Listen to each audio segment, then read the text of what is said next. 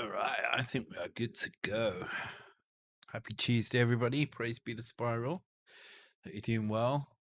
I've moved things around on my upper screen up here a little bit to hopefully help me out with kind of seeing things.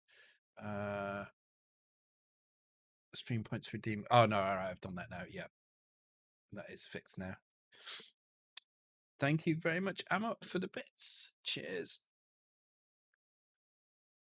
On the vodka, soda, and lime again. Really getting into this, actually. Really getting into this. Very easy to drink.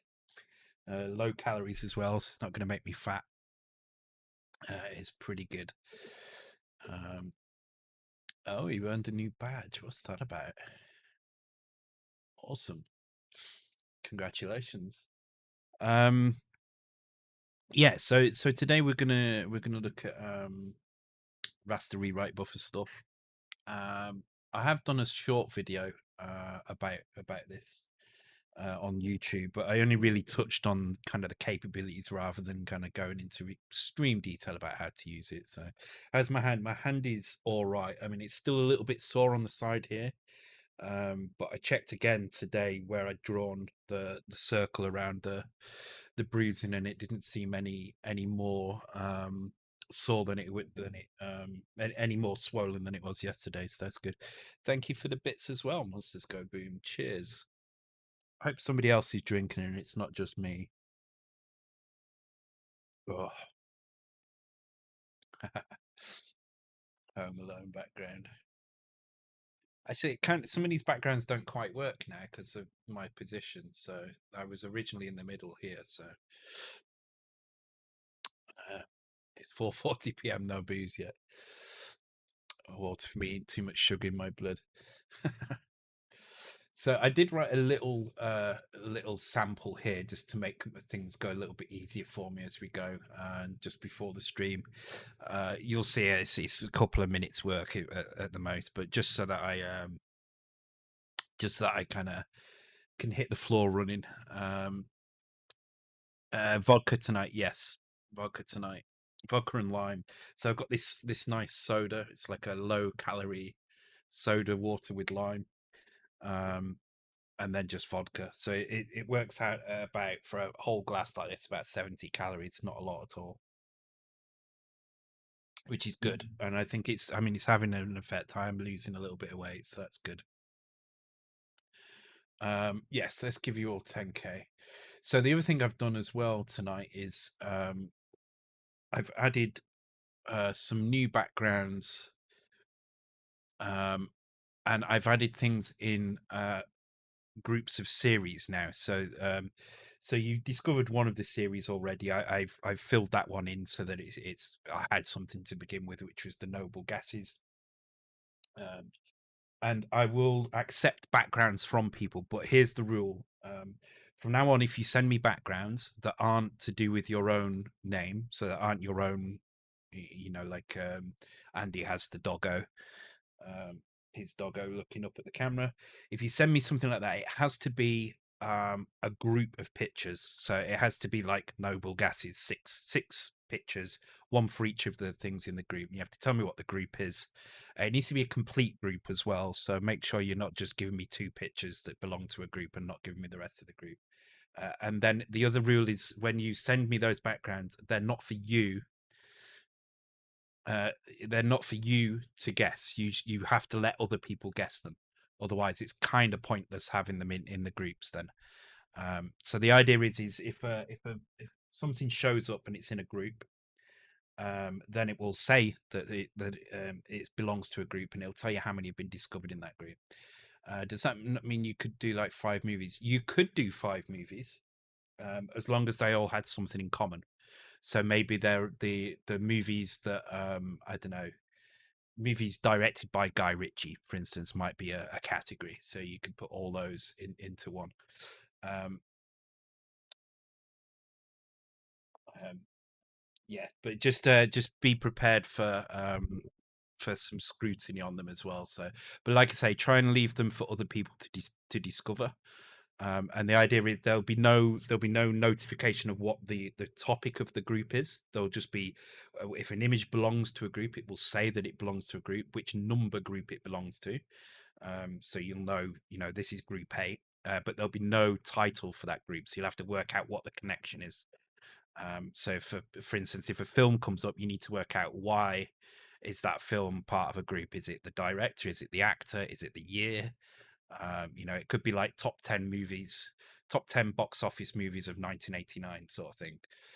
That kind of thing. So uh, no. The only thing I've put into a group is the noble gases, and the other group that I'd created that no one has discovered yet.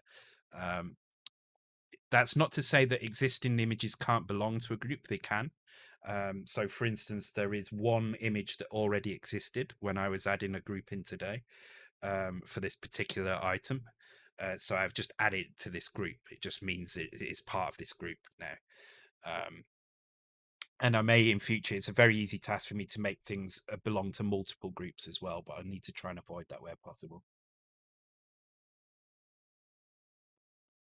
And now people are trying to discover them. Anyway, let's crack on. Let me start the races for you, and we'll get going. There we go. So what I want to try and do tonight is create the bare minimum we need to get this example to work.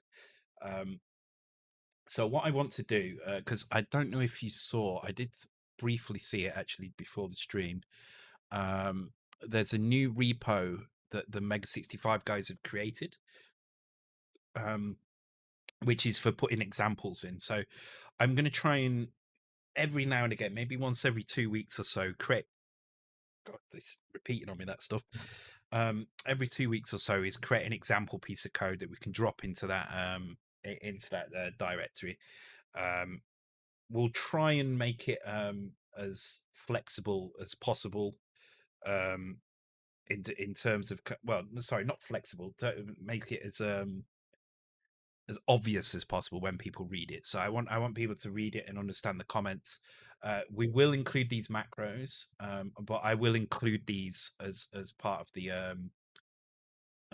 that repo at some point anyway. So um, in fact, let me put those macros over on this side because we're going to use these a lot. These are really useful. I definitely recommend if you're using Kick Assembler to use these macros. They make your life a hell of a lot easier, and you don't have to mess around doing certain things that otherwise you would have a bit of pain doing. Like setting DMA jobs up is super easy with these, as is kind of mapping memory. Mapping memory can be quite complicated, but this macro kind of makes it easy for you. Uh, try and avoid using raw addresses for the Vic. Yeah, hmm. That's difficult for me because I don't like using labels for these things. I'd rather learn what they are. But what I do try and do is document them as I go. So, for instance, let's make a start, and I'll show you what I mean. So, whenever I do use a raw address, I say exactly what it is and what bits I'm changing in it and why. Unless it's a really obvious one, like if it's an existing C64 one, uh, then I won't do that. So let's start off by importing the files we need, and let's create a new folder in here. Let's call it. Actually, can I start with a number? I don't think I can. Okay, yes, I can. It's a folder, isn't it? So one raster right, buffer.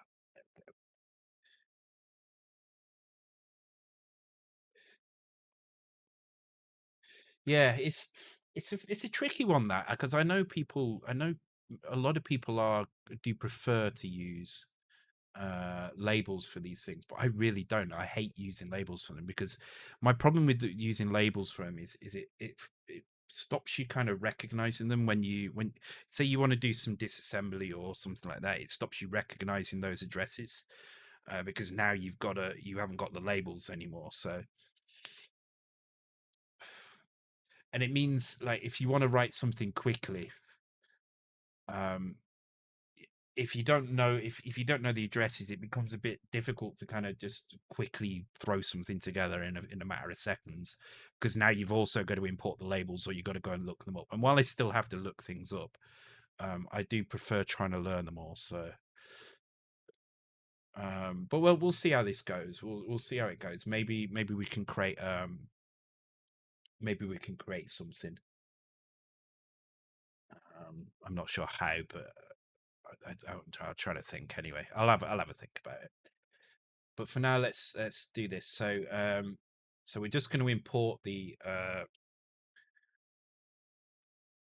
with big old man text. Oh, is it not big enough? There we go. There we go.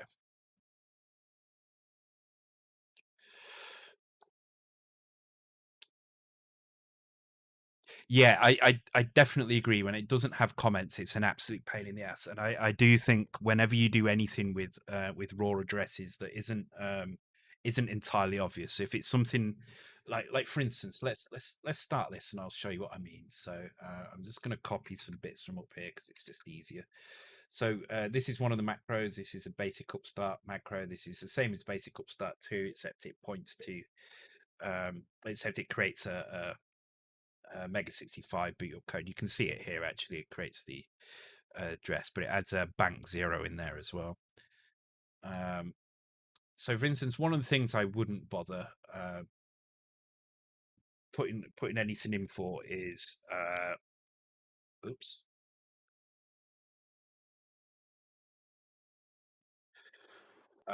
Is that just because I would expect anybody who's doing C64 stuff moving over to this would know what that is. So I very rarely comment that. I don't see the point in that one. Then we're going to use two macros. So we're going to enable 40 megahertz mode, and we're going to enable VIC4 registers from here.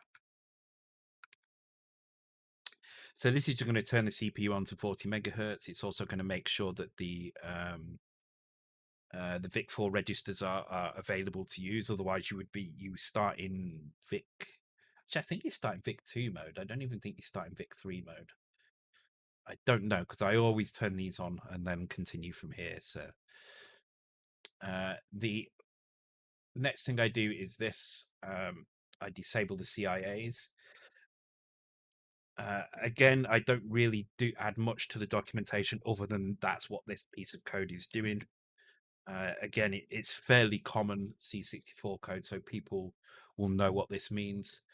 And then I'm going to disable the ROM protection, C65 ROM protection, using I think it's called a hypervisor trap or something. It's called.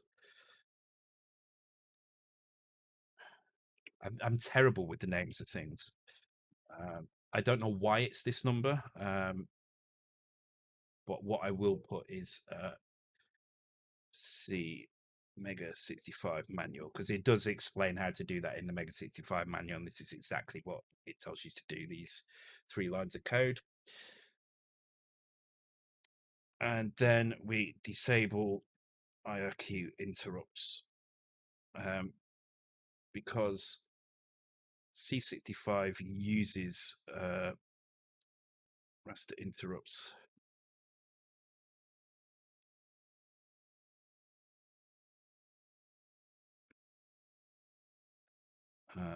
In the ROM. So basically, in the same way that the C64 uses the CIA interrupts, the C65 uses raster interrupts. If you don't turn these off and then you actually remove the ROM, which we do here, and actually we're not on mapping, are we? Here we should unmap as well. Once we've unmapped it, then the raster interrupts will try and trigger. So we should unmap C65 ROMs. Okay, so I need to look this up. So the C65 had a register. I think it's D031, I believe it is. No, D030, which you can see in on the VIC. Oh God, you can't see that on the thing, but under VIC3 C65 registers, um, we need to basically clear bits 3, 4, 5, 6, and 7. So bits 3 to 7. Is that correct? 1, 0, 1, 2, 3, 0, 1, 2, 3. Yeah, bits 3 to 7. The easiest way to do this, if you want to clear bits, is to set a value of the bits that you want to clear. So we want to clear all the upper bits, and we want to clear the first bit in the lower nibble, and then reset those bits in D030.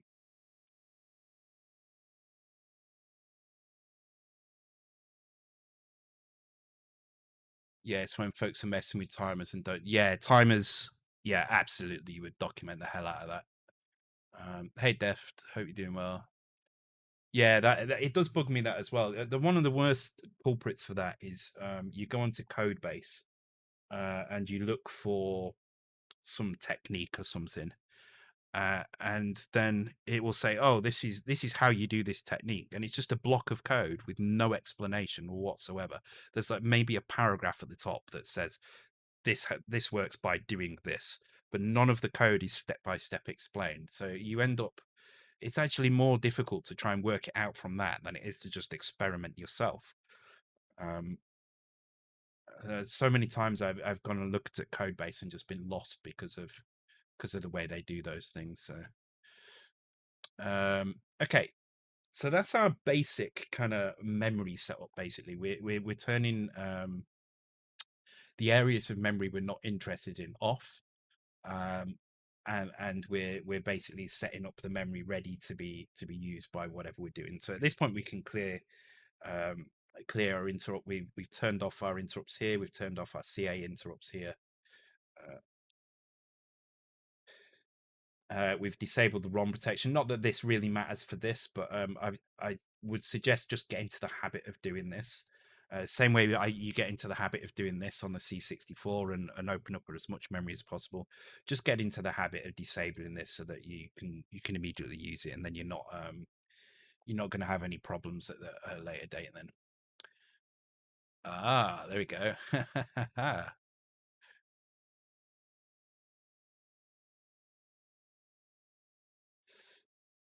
There you go. Try and work out what that series is. Does TSB set bits to 0 and bits to 1 when you do? It only sets the bits which are mentioned. So if a bit is if a bit is 1 here, in fact, let's do this as like this. So these are the bits we want to set. These bits are ignored. So regardless of what these bits are, they're just left alone. These are the ones that are reset or set, depending on whether we use R or S here.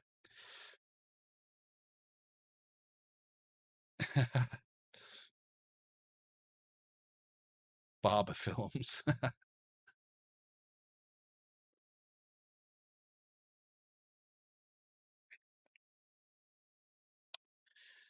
Bits which are already 0 are ignored. Yes. So basically, all this is doing it's essentially doing this. It basically ands the value with the location to set the flags.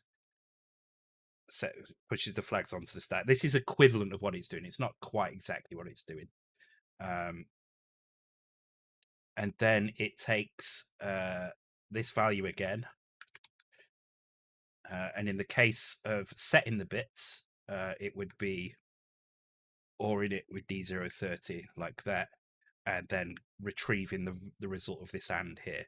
It's called test and set bit or test and reset bit. So it's essentially doing this and setting the flag according to the result of the AND, which is what this bit is doing.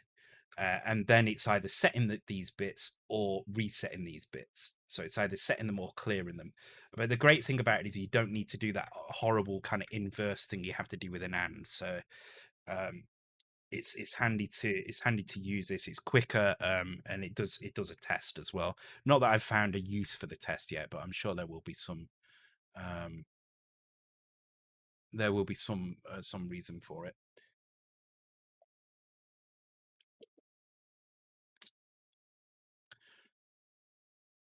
Um, okay, cool. does test set flags. Yeah, it's the equivalent of an and. It does an and with the target, basically. An and between the accumulator and the target and sets the flag. Or are you just being facetious? You're being facetious, aren't you? Are you comparing this to Z80? Yeah, I thought you were.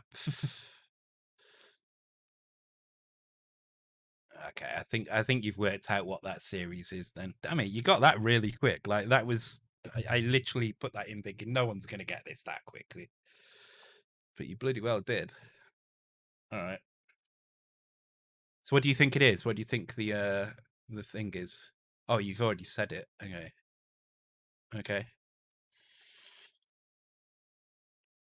I've also added the grace period for the timer is 15 seconds now instead of 5. So Tim Burton films, yeah, I think you might be right. Hey Paul, it's what's his face apparently.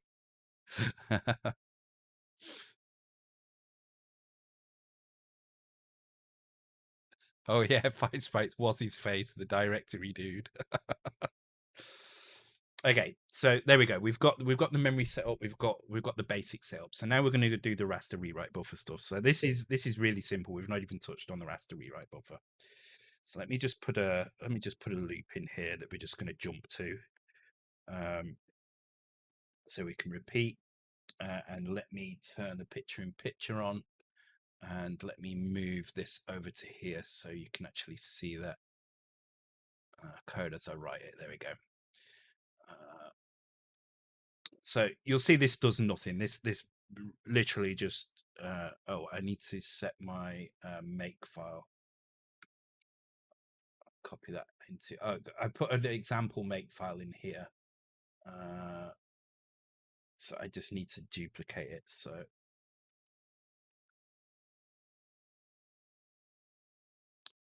the make file is really simple. Again, this is something I made.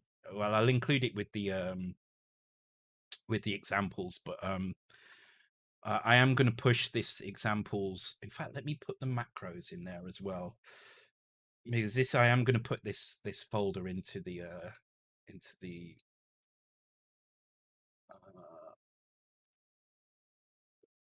into my GitHub and use this as a make this includes make this a share on the Mega65 kind of snippet kind of page, because I think this will be a useful page. So let me set that so that it's pointing to the right place. Thank you very much for the host, Prince Phase. Oh, and Andy as well. I missed that one. Thank you very much, guys. There we go. Right. So let's just give that a quick run. Hopefully that should run fine. Can't open that file. Okay, why is it not finding that file?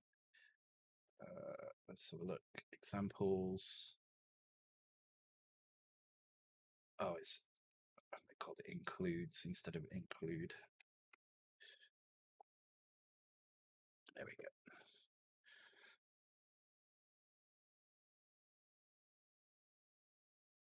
Sids are super quiet. Let me watch. Yeah, they were quiet from last time, I think. So, oh, good tune.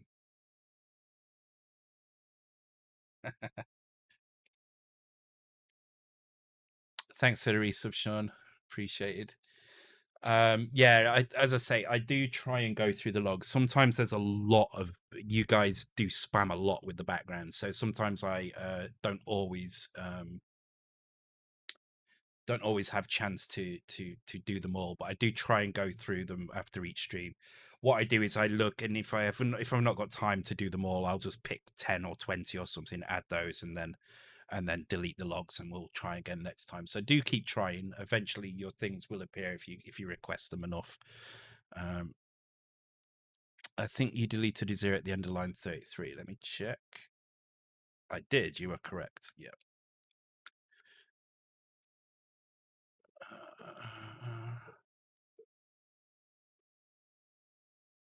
And welcome, Osik. But I shall give you some points for that, actually, for spotting that, because that would have been an annoying bug that showed up a bit later. So it's a 5-pointer, I think, easily.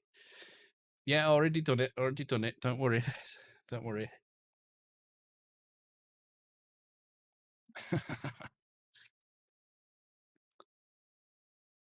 Okay, right. So raster rewrite buffer. So before we get into exactly what the raster rewrite buffer does, the easiest way to kind of introduce this concept is to start thinking about the way that the screen is drawn as a list of instructions for the raster renderer, if you like. Um, so what we'll do is we'll set up a basic screen um, by basically we'll actually set the screen up um, in memory here. I'll do it here. I'm going to call this screen base so we know where the screen is. And I'm going to set it up by treating it like a list of instructions. So we're going to do it a row at a time. So we're going to do 25 rows. Actually, I should do R rather than row because a row's an instruction now. So roll word instruction. Um, so build each row in a loop.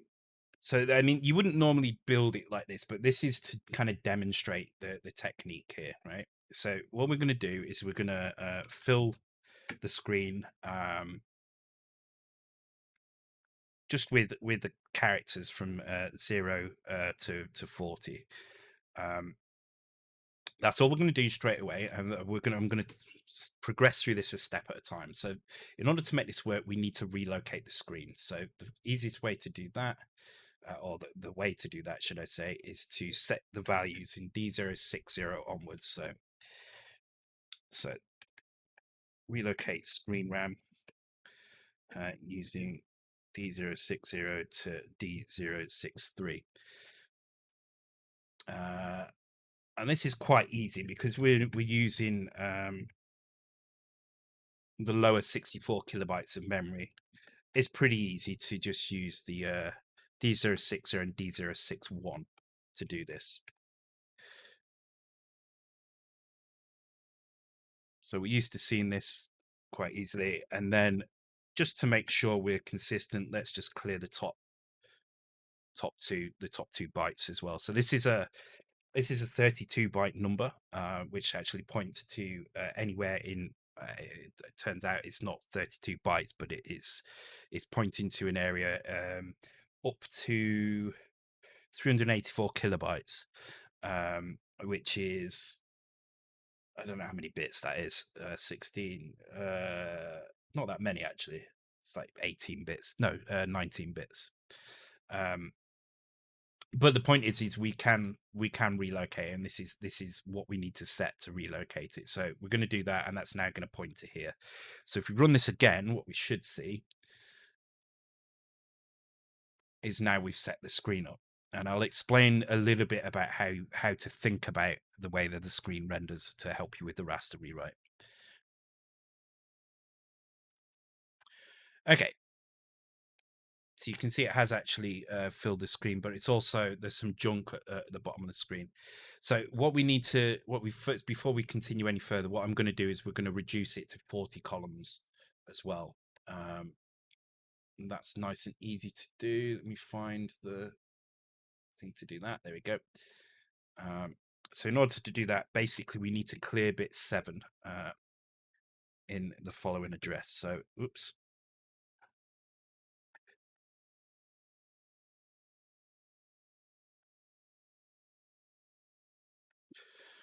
Which is bit 7 of D031. So again, we decide which bit we want to clear, which is this one, and then we reset it here, D031. So if we clear that, we should see this in 40 column mode.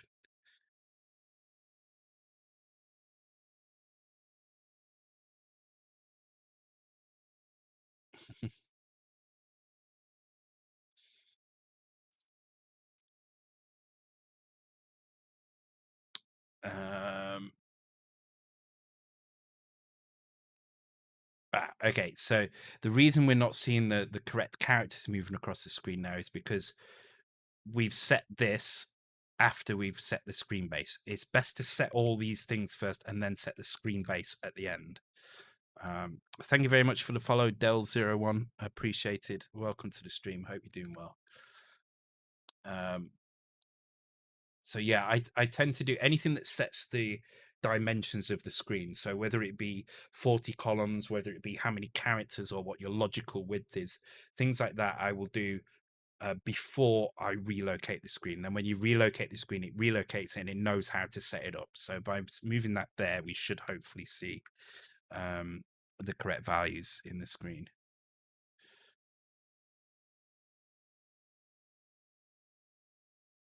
If all has gone well.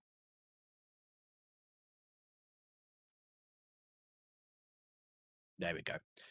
So now we can see we can see those values going across the screen, and that's because every row is repeated. So we're repeating all 25 rows, and each row basically has these values in it. So it starts at it does 40, and it puts 0, 1, 2, 3, 4, 5, 6, 7, 8, 9, so on, and just carries on all the way, which is why we see the alphabet going across. So the way to think about the way that the screen builds is every time there's a line of pixels that needs to be drawn, um, or actually you can think about it as a row of characters at a time. You don't have to think about a line of pixels. You can think of a character as being 8 lines of pixels, right? 8 separate horizontal lines of pixels.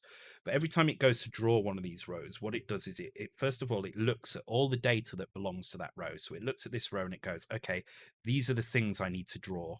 And it creates kind of a buffer, if you like, which is what I guess why it's called raster rewrite buffer. And it puts these values into it like so. Okay.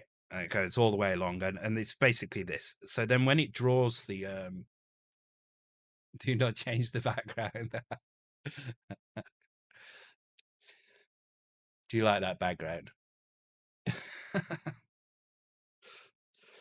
So when it goes to draw a line of pixels, it then looks at this list and it creates those. So it's basically you're creating a list of instructions. You're saying draw these things in this order as you move across the screen. Now, obviously, we have color as well, so it's worth noting that an instruction is not just what character to draw, but it's what character, what color to draw that character in as well. So let's add some colors in. So what we're going to do is we're going to create a similar array here, but we're going to do this with colors instead this time. So all I'm going to do here is I'm just going to fill this with zeros for black. And what we're going to have to do is we're going to have to create copy colors.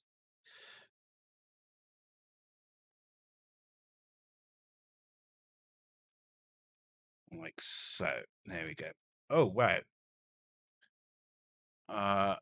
Thank you for the gift subs, Amok. Wow. Multi cheers. In fact, I'm going to drink this. I'm going to make another vodka. Oh, thank you very much. Gift subs to Quadrasul, J3Z, Gambat Tom, Richmond Mike, and Moz UK. Thank you very, very much. As I say, these are all these. Oh god, that was quite a lot of vodka in that. Okay, I've made myself probably a little bit too much in this one, but okay, whatever. I'll wait for that to finish.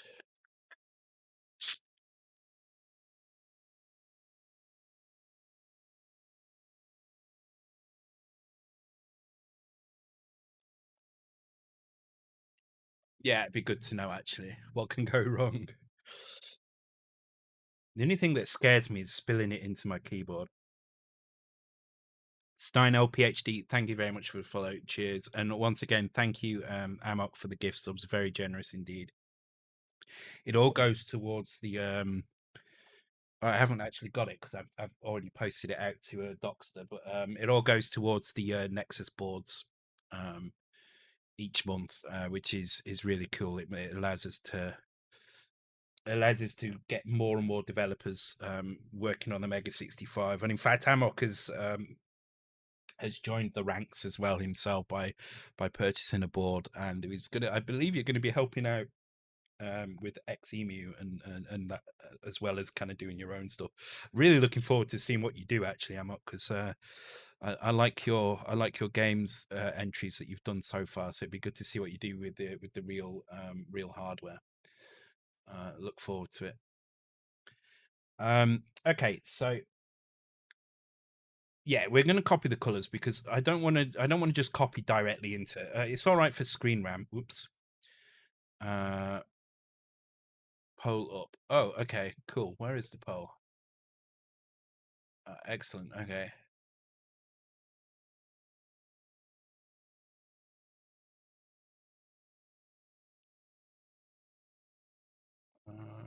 Okay.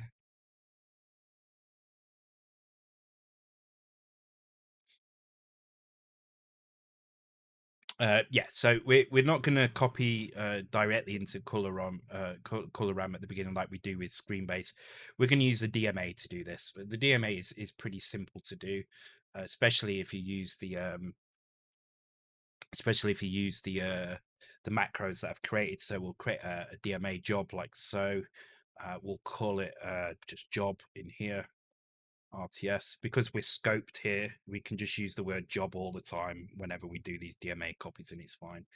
So to create a DMA, we create a DMA header, and in the header we tell it which banks we need to use. So the source bank is going to be 0 because this is where this is going to be the colors, and the destination bank will be wherever color RAM is. So I'm going to add color RAM up here, and color RAM is at FF81234. That's where the best. This is the color RAM I always use because it's 32 kilobytes here, so you never run out of color RAM. And in order to get the bank, we basically need to shift 20 times, and that gives you the bank number. The reason why it's 20 times is because if you take, let's see if I can do this on here. Oops. Oh my god, please. If I take one and shift it 20 times to the left, you see this number? It's exactly 1 megabyte. So 20 shifting 20 gives you the megabyte value that you're on. Basically, it rounds it to the nearest megabyte, and the banks on the Mega65 are megabytes. They're on megabyte boundaries. So by shifting it to 20 times to the right, we get the megabyte bank that it's in. So that's all we need to do to set a DMA header up. Then we need a DMA copy job. And copy job just takes a source, which is our colors, which is this thing down here. It takes a destination, which is our color ramp. It takes a length, which for now I'm just going to fill this in as 40 times 25. We will change this later to be some constants. And then it takes two other values, which is whether or not the DMA job chains, which it does not, and whether it goes backwards. So chaining is just, is there another job directly after this? Or is this the end job? Is this the last job? And backwards just says whether or not it should start at the end of the memory space that we're trying to copy and work backwards, or it should go forwards. That's useful if you're doing kind of map shifting. You can work out whether you need to copy forwards or backwards. So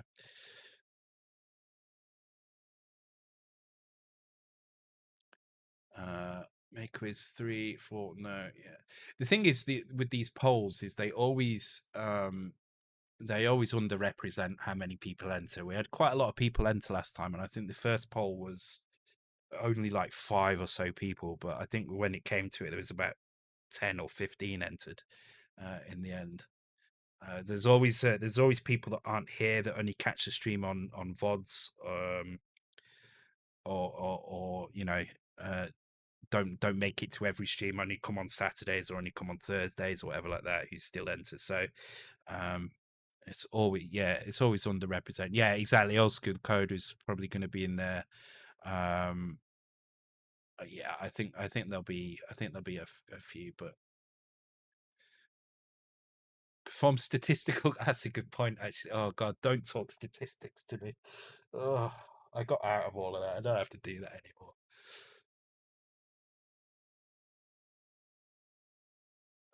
Actually, the per, but yeah, I'll have an entry as well. Yeah, I think we'll be fine. I think we'll be fine. And the less people enter, the more chance there is of somebody winning it. Anyway, the only thing with this series of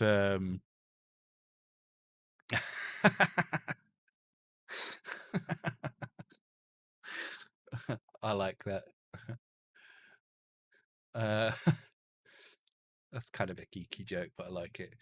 Um, what was I going to say? I forgot what I was going to say. Yeah, the only problem with this Tim Burton set is there's like 20 images in it, so it's quite a big one. I think there's one that isn't in there. There's one film he's directed that isn't in there. I decided not to put it in based on some arbitrary criteria that I picked. Okay, so there you go. That should copy the coloramin. So let's give that a run now. And basically, what this is going to do is it's going to copy the data from here into our coloramin. What we should see is a screen full of black characters.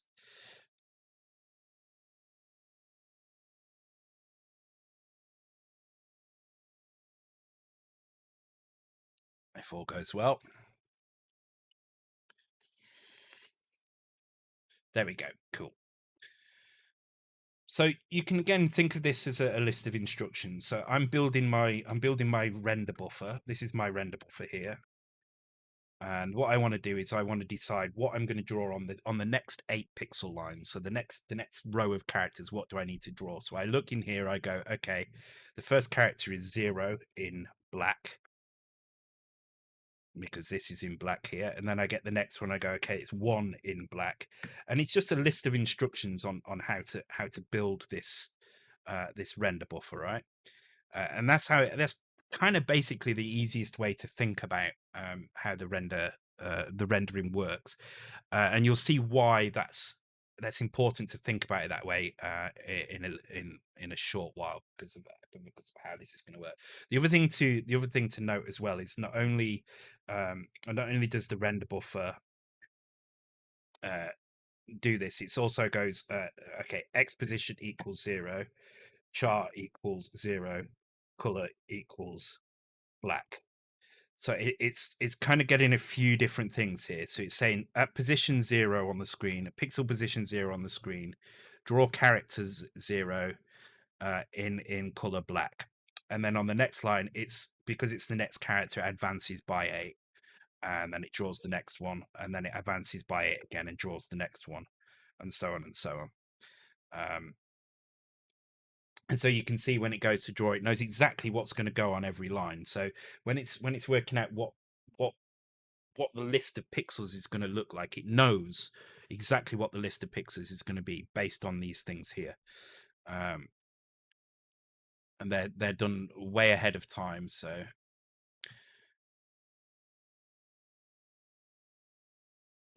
actually, that's I just need to check that, because I have a funny feeling.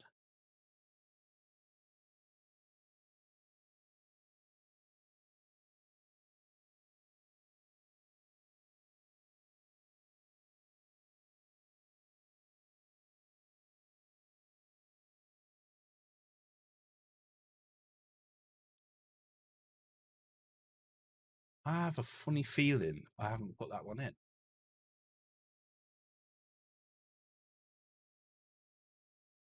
Ah, I haven't put that in, and there's a reason I haven't put that in.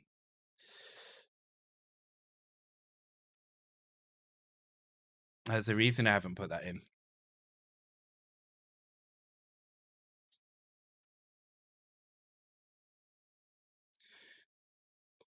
Yeah, he didn't direct it. Yeah, correct.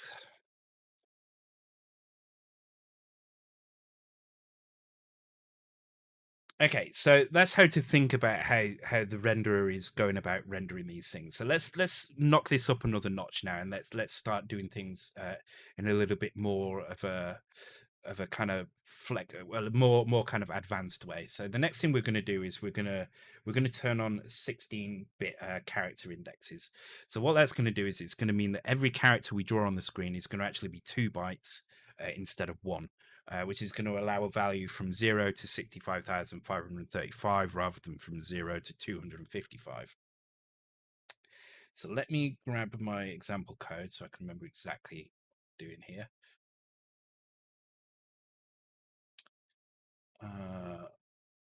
Okay, so the way we're going to do that is we're going to turn on these 2 bits here. I'm going to copy it directly out of here because I've already got it written nice and neatly here. So we're basically turning on a couple of bits here. I should probably actually it doesn't matter that I'm loading this in directly, but D054 is called, what does it actually have a name of in here? Actually, it's got a lot of names in here, but the bits that we're interested in, bits 0, 1, and 2, and they basically set bit 0 turns on 16-bit char numbers. So once you turn on that, every char number you put on the screen will take up 2 bytes instead of one. So this is going to look very different if I run this directly. Bits 1 and 2 decide whether or not we have full color mode turned on. So by turning on bit 2, we turn on full color mode for the characters that are above 255, so characters 256 onwards. By leaving bit 1 clear, we make sure that characters 0 to 255 are not full color mode. What they will actually be is whatever your font is pointing to. So just like the C64, it's going to use what we see here, which is the standard ROM font at the moment, because we haven't changed that. That's what we're pointing towards. So that enables that, but that now means if we run this, you'll see why this looks weird and it doesn't look right. Something's going to go wrong here.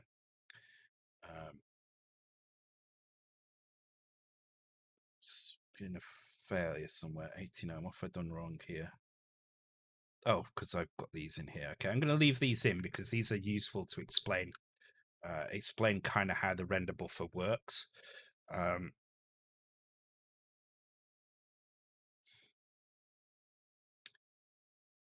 As I say, this is just a list of instructions that the raster is, before it draws anything on that row of characters, it pre-calculates these instructions, if you like. So you can see there that the characters are all over show, and the reason they're all over the show is because now we're actually using 2 bytes per character. So we need to do two things here. First of all, we need to change our routine here to actually fill some values differently. So what we're going to do is we're going to fill still 40 because we've still got 40 characters on a row, but now we're going to put 2 values in the place. So we're going to do this. Sorry, this. Which is going to set a low byte, which is the same as it was before, but a high byte of 0, meaning that our value is still going to be from 0 to 255.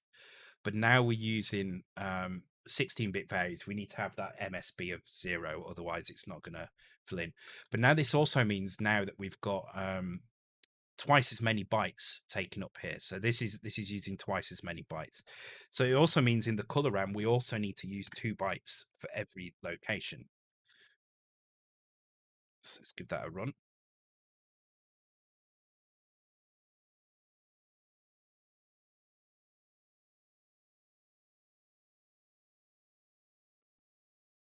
What's that one?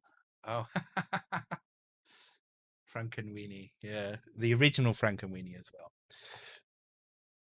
So you can see there we've got the alphabet going across. Now you might notice that it's actually doing something a little bit weird, and we're seeing some kind of discrepancy between the first and second line. And the reason that is happening is because now we're actually telling it to use less bytes per line. So now what we need to do, is trying to use 40 bytes per line, but actually it needs to use 80 per line.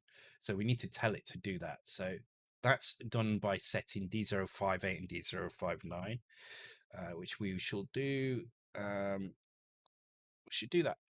Yeah, we'll do that. Well, actually, let's do that after the 40 column. So we'll do it here. So set logical screen width.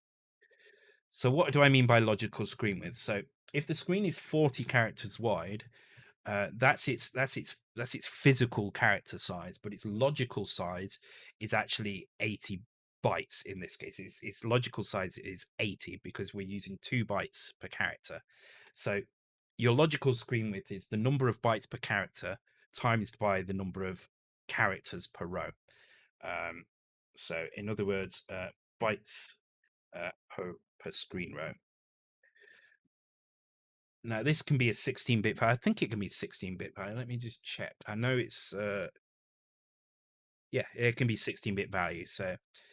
Um, so let's put that in brackets here. 16-bit value in D058, D059. And we'll create this as a value up here as well. So we're going to create logical row size, and we're going to set that to 80 because we know now that we now know that's the size of our row. And in fact, what I'm going to do is I'm going to do physical. Actually, let's just call it row size. Physical doesn't sound quite right. And then what I can do here is do this as row size times 2. Because we know our row is 40 wide and we know it's 2 bytes. So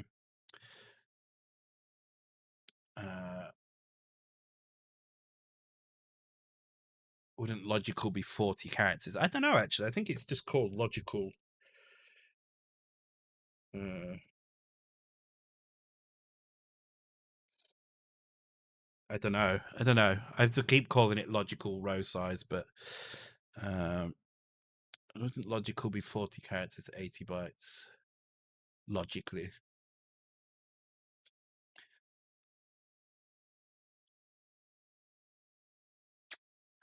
Do you know what I'm going to reference here? I'm going to reference Task Manager. So if you go into Task Manager, oops, and have a look in your performance under CPU, and then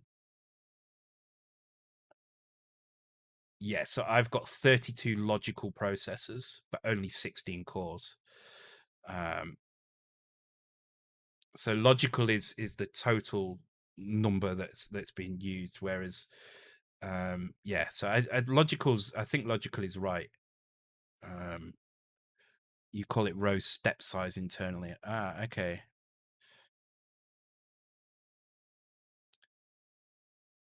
So that's Sleepy Hollow. Row step size. Row.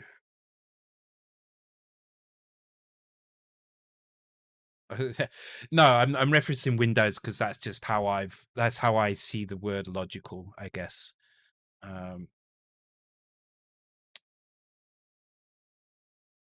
But yeah, that is kind of funny that we reference that.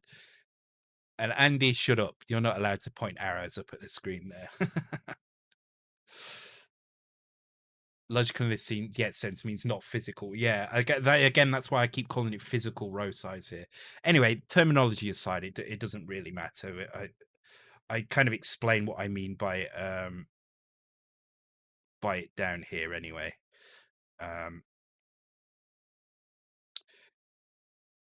So we're going to store that at D058 and D059. Obviously D059 is going to be 0. It takes a lot of rewrite buffering before you get to that. Oh Lord, it matters.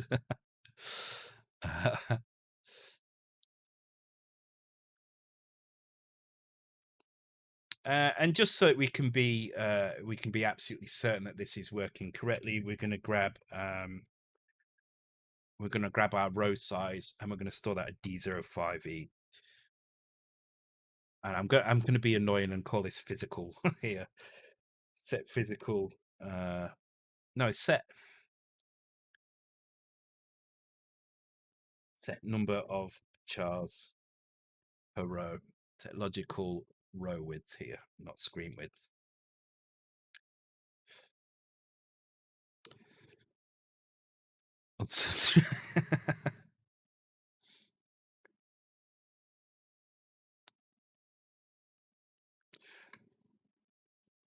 I like these series because it means now you're basically spending the entire stream trying to figure out what the missing Tim Burton films are. It's kind of good.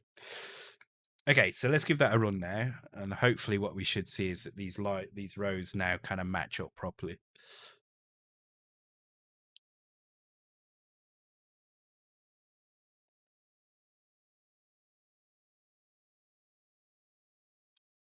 There we go.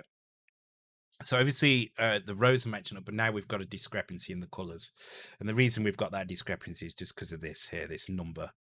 Um, so in our DMA copy job, we're copying 25 rows, but we're only copying 40 bytes per row. So we need to put our logical row size in there. So let's do that again, and hopefully we should be fine.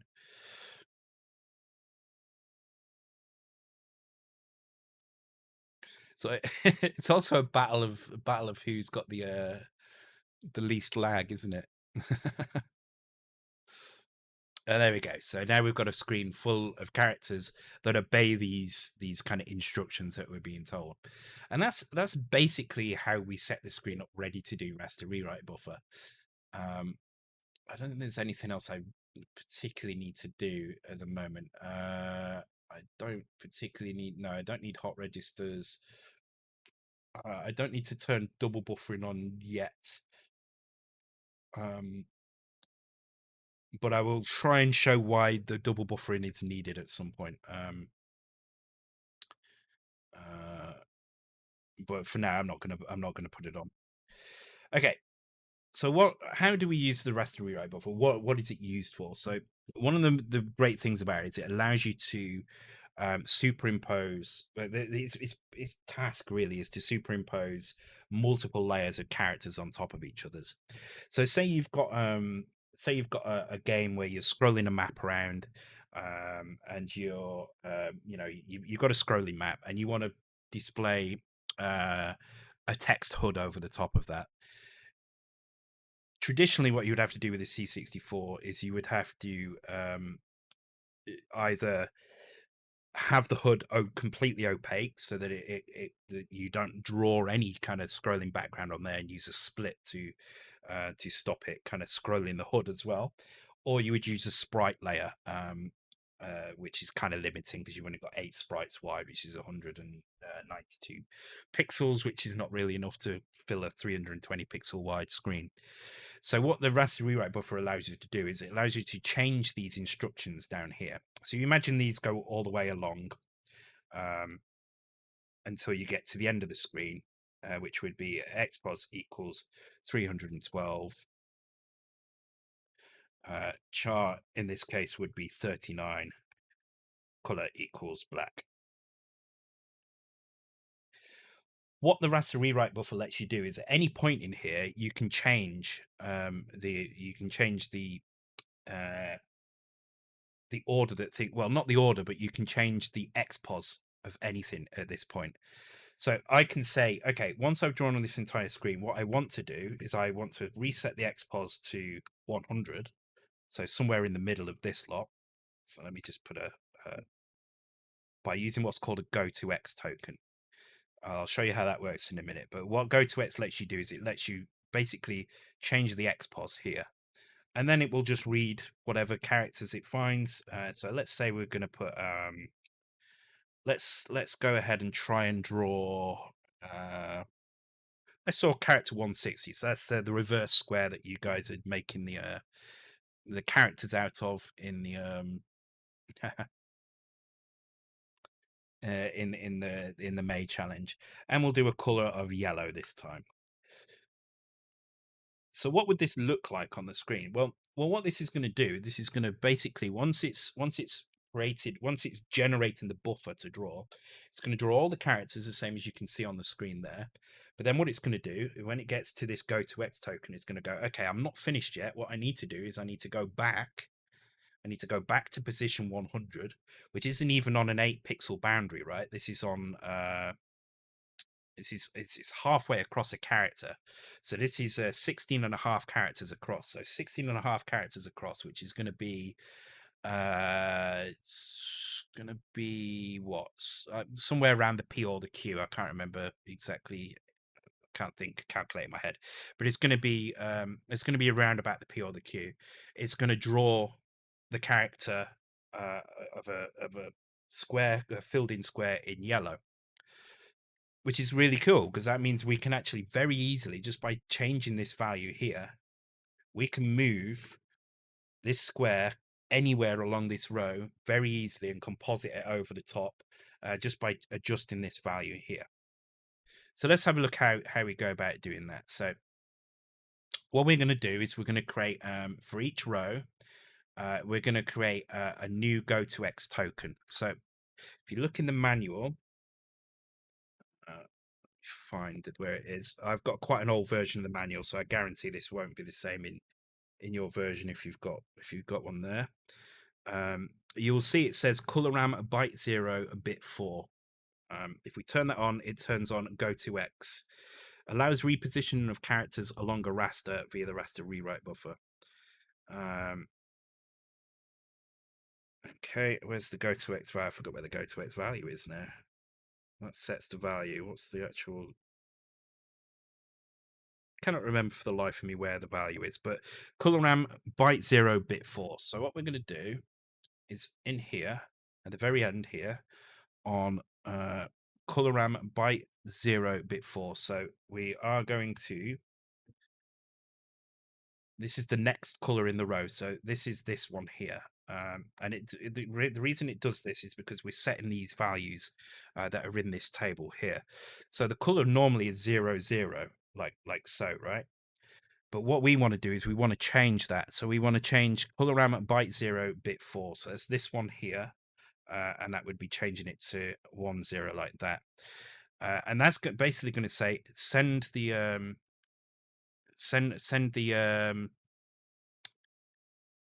set the next X position for the next instruction to whatever value we're about to tell you. I can't remember how to get the actual value though now.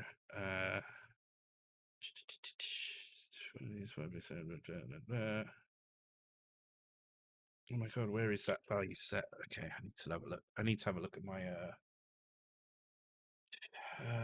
let's take a quick look because the problem is I put it all in this framework now, so I've forgot completely how the bloody hell it does it. Quickly take a look. Layers here. No, not layers. Sorry. Layers, not layers. Or is it layers? Actually, it might be layers. See it in the next bit's in coloram. Yeah, maybe. Because you need 9 bits, don't you? So hang on. I'll check it. I'll check in my routine. It's probably the easiest way of doing it.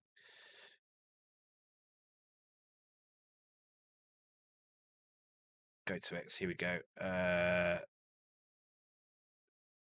So it's not in coloram. It's going to be in screen ram. Ah, yeah, that's it. It's in screen ram. Okay. So we're going to set that value here to these values here. So we're going to set byte 0, bit 4 to 1, and that one to 0. So it's basically the same as it was before, but now we turn go to X. And then in here, we need to set where we want it to go to. So we want it to go to 100. So I'm going to set that. I'll just set it like this. Quite simple. It's a 16-bit value, so you can set anything from 0 to 65,536. We want to set it to 100, so we set the low byte to 100, and that makes the top byte 0. And now we've performed this instruction here, which is a go to X. So now we want to do this instruction here. So all we need to do is we need to set our character, which is 160. It's a 16-bit character value, so we need an upper byte as well, which is going to remain 0. And then down here, we set our color. This time we want yellow, so we're going to set the color is actually in byte 1. So it's not this first one here, it's this one here. Set to 0. Prince Face says, can you please repeat this go to X? How is it calculated? So the go to X is basically it's in coloram and it's just a flag. If you set this bit in the flag, so you set bit 4 actually, let's put a little note in here. Set bit 4 of color RAM byte 0 to enable go to X flag.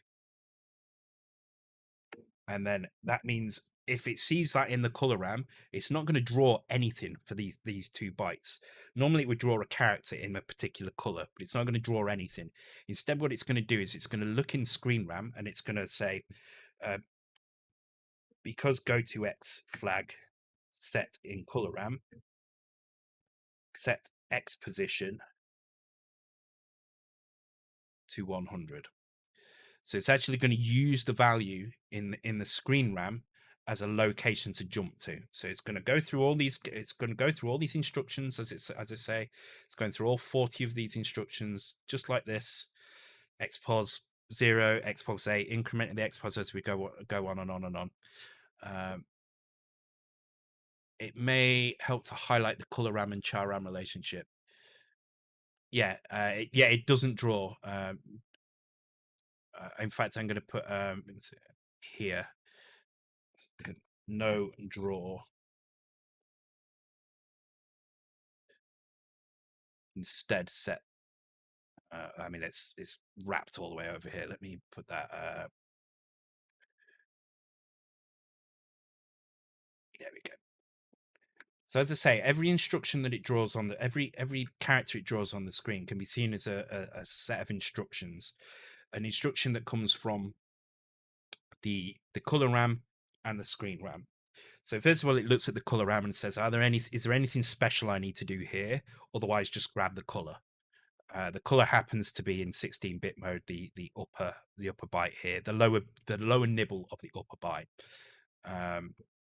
which I'll note here.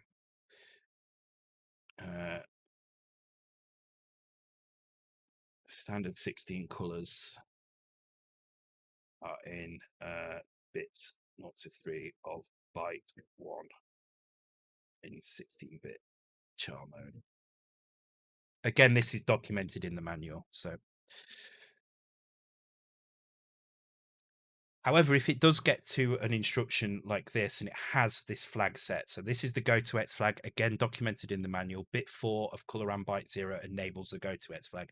If it sees that, then the first thing it's going to do is it's going to go to screen RAM and it's going to grab a position. It's not going to draw anything. It's just going to grab these 2 bytes and it's going to say, this is our new X position. So it's going to move the raster to that position, or the buffer that it's creating, if you like. And then it's going to move on to the next thing in the screen RAM, which happens to be has no flag set. It just changes the color. So it says, okay, I need to draw this in yellow, and what I'm drawing is a inverse space, basically. Hey, iSpec G, can you help people get back into their Twitch account? Not really, no. That's one for Twitch to do, unfortunately, I think. Yeah, and as Monsters Go Boom says, if you draw another character, what's going to happen here is it's going to advance the X position by 8 again. If you don't tell it to do a go to X, it will just advance the X position by 8 every time. So I'm going to draw an extra one there. So there we go. We're drawing 2 squares after moving the raster back to a certain position. So sounds fairly complex, but it's not that difficult to think about if you think about it as instructions. I think that's the easiest way for me to think about it. So if I want to kind of update this, what I need to do now is I need to change my screen size, because now my row size is no longer 40. My row size is actually 43. So I've got 43 instructions on each row, which makes my logical size 86 because each instruction is 2 bytes. So if I go up to here and change my row size to 43, that should deal with these things. So let me quickly show that.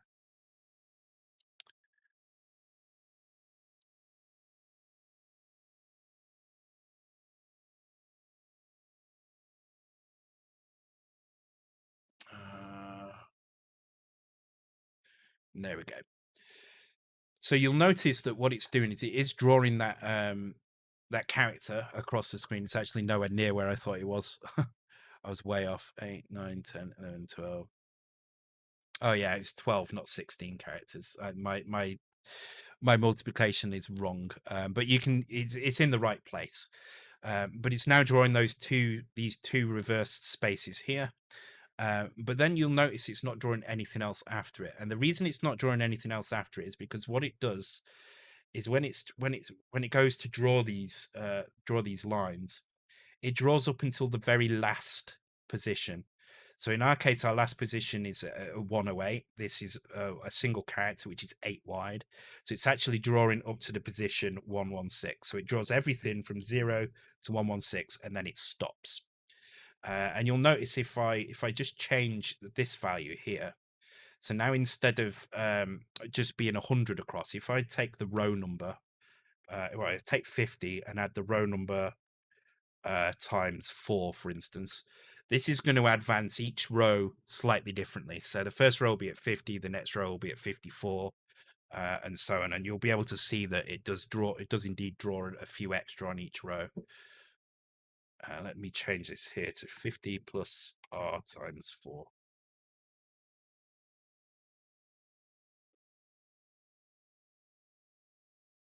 So you can see every row is drawn a few more characters after each one, but that's kind of useless. You're thinking, right? That's not going to be very good if you want to draw a scrolling map and have something else over the top.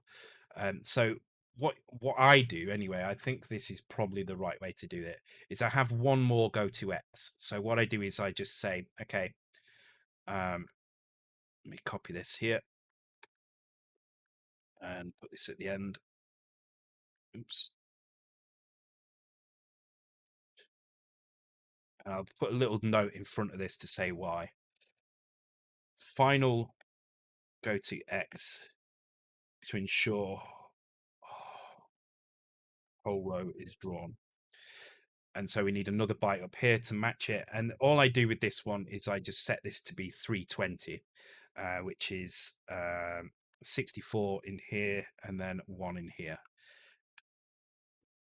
Set final go to X to 320 to ensure raster ends on far right of screen. So the reason I set it to 320 is because the screen is 320 pixels wide. So what this will do now is at the very end here, let's put a little space in here. At the very end, it's gonna find a go to X here.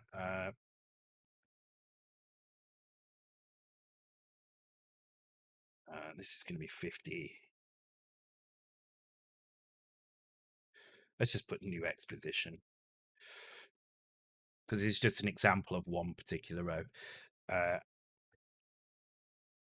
Jump to X position equals 320. And so what that means is when it goes to draw this, it looks at the last position and says, oh, the last position was 320. So now it's going to draw everything from 0 to 320 as well. So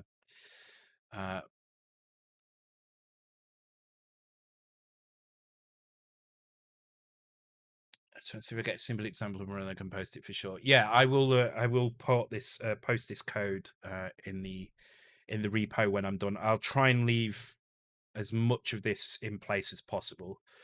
And maybe think of render buffer as a list of instructions.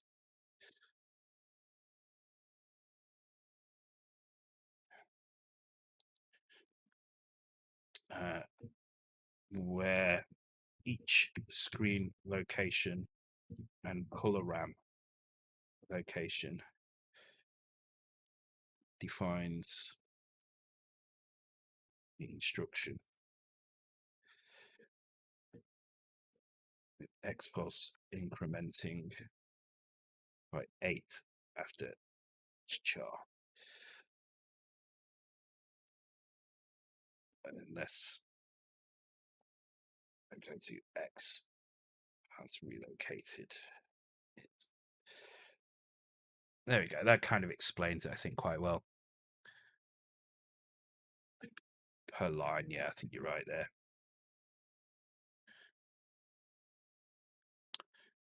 I think there's a list of instructions per line. Yeah, I think that's kind of. I mean, it's not exactly how it's working, but it's a good way of thinking about it, because it lets you kind of think of the way the raster buffer works in a much easier a much easier way. And then when you start doing more complex things with it, you can definitely think about it in an easier way. Um, yeah, Batman is one of the films that was. So there were actually two of his films that were already in the list. So okay, so we need to add another another byte to our another character to our screen because we've got the final go to X. Even though it's not drawn, the go to X still counts as an element in the row. So you can think of the row size as how many instructions are there in this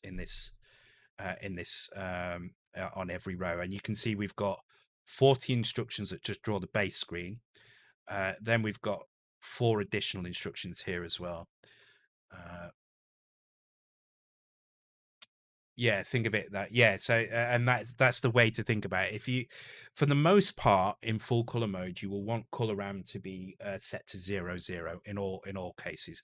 The only reason we're adding color here is because we're not using full color mode for these characters. I'll go through that in a minute, and you'll see how it kind of changes the way these things work. So in order to make things yellow, we're having to change these values here. But if you were using full color mode, you wouldn't need the color RAM at all, and you would just leave these on 0. Um,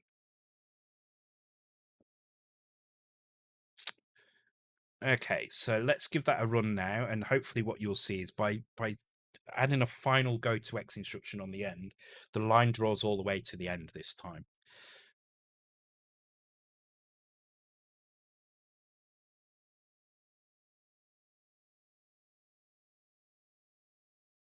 And it hasn't drawn all the way to the end. Why has it not drawn all the way to the end? Did I not add one on? Did add one on? Do I actually have to? Oh, maybe I have to do. Oh, hang on.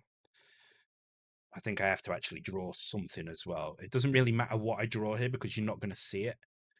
Uh,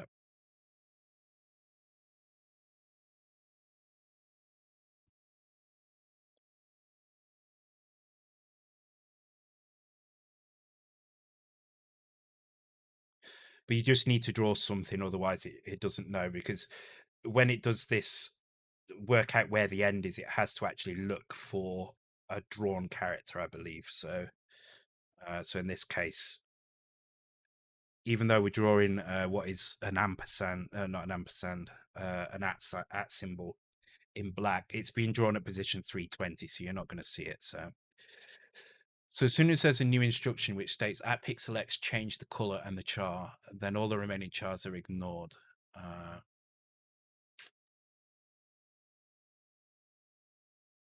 it's yeah, it basically stops.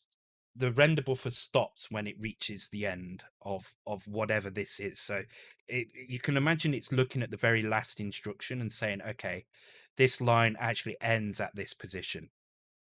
Um, So always think of it kind of looking at the very last thing in the list, and saying this is the last pixel it's going to draw.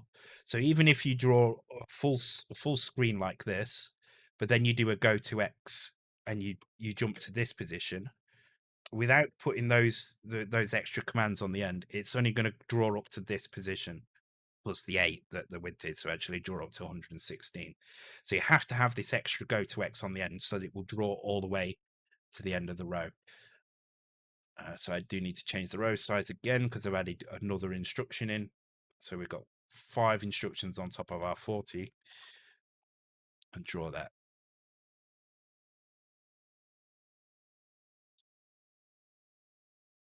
Charlie and the Chocolate Factory, yeah. How many have you got of those now? And there we go. We've got the characters moving all the way across the screen. So now you can think of the kind of special go to X as a flag. There's one other flag that's really useful. If we change this character here from 160 to something else, let me pick trying to think of a Petsy value. Let's just go with the ampersand symbol. So if I set no, let's not do the ampersand symbol. It's a weird one. Let's do let's do the character O, right? So now I want to draw circles. I want to draw O's in the middle of the screen.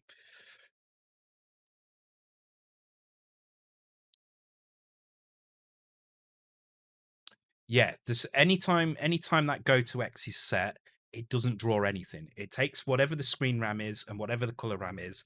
It doesn't draw those things in those bytes. It uses them to reposition the X position. So you'll see here we've got a problem, right? We're drawing these O's, but they're not being blended in with the background. They're just being drawn over the top. And that means that we need one other flag. So there is another flag. And that is bit, I think it's bit 7. I don't know why it's not showing. It says vertically flip the character, but it's not. Oh, that might be updated in the new manual. I'm not sure. Actually, is Paul there? Is the vertically flip the character, because I know that's been used for alpha blending as well, or not alpha blending, but transparency. Is that documented in the table? Because it's not in this version. So I'll make a note in here anyway. So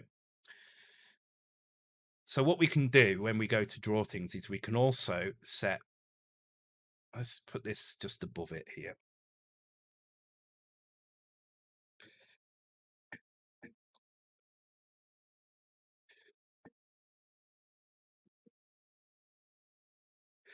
So by setting bit 7 at the same time, we enable transparency. So if we set this go to X value to 90 instead of 10, 10 is the flag for go to X, 80 is the flag for transparency. So we combine them both, we get 90.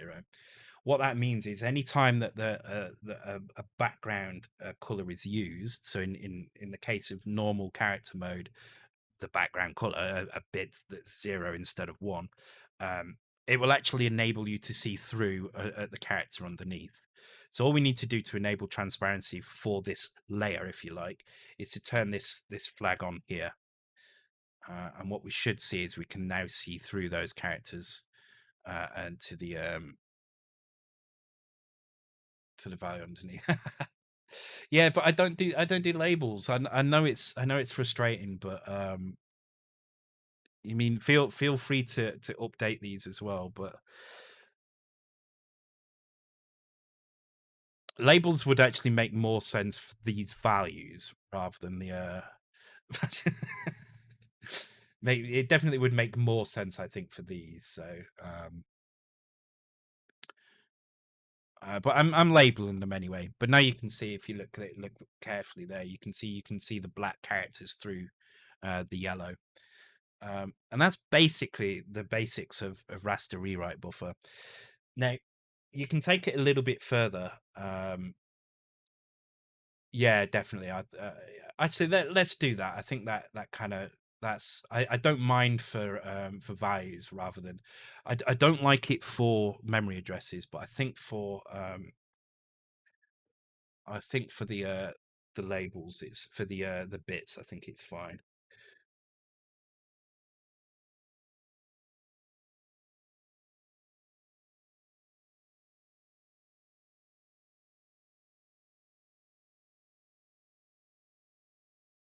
Because yeah, Monsters is right. If we do this now,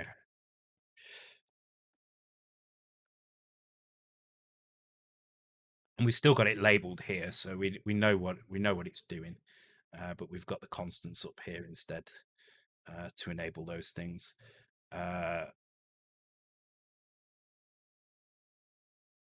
I'm going to keep them in the square brackets, even though you don't technically need the square brackets on that one, or on that one actually. But I'm just going to leave them in square brackets.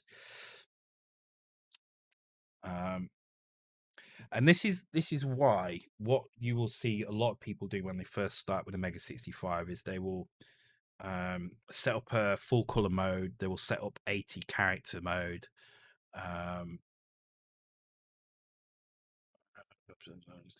Okay, yeah, so it is in there. Oh yes, it is. But maybe it needs adding to that. The table that it's in as well. Um, could this raster rewrite buffer work on a per scanline basis? I'm not sure how it's buffered. You'd have to ask Paul on that. I don't know how that. I don't know if it does a per line fetch, or if it's a per character row fetch. But if it is a per line fetch, then yeah, you could do it. So I think when it builds the buffer, the draw buffer, is it building the draw buffer per scan line, or is it building it per character row? Like, does it do like the C64 does, where it fetches the characters 8 pixels at a time ahead of time? So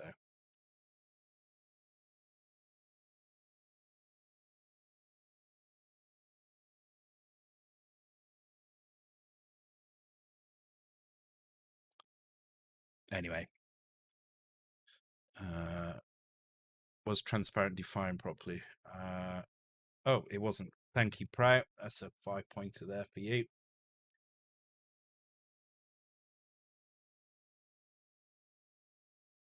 Thank you very much. I think I did that. Yeah, I did.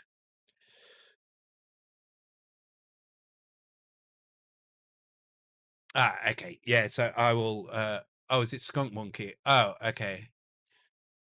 I apologize. Proud just got some free points there then.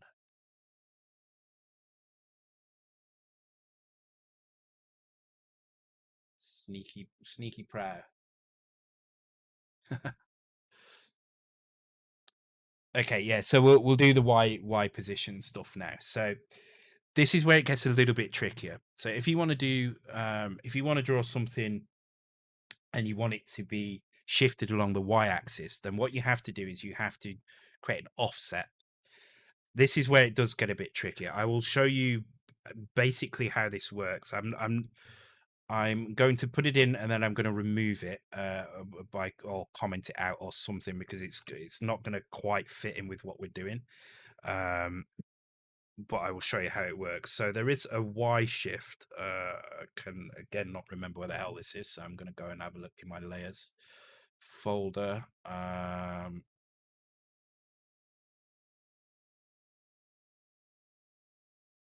Not that one. Where is it? There are no source right way.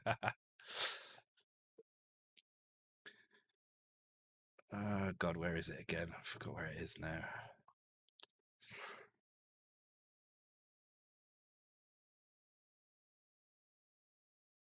Hey guys, it always freaks me out, that picture.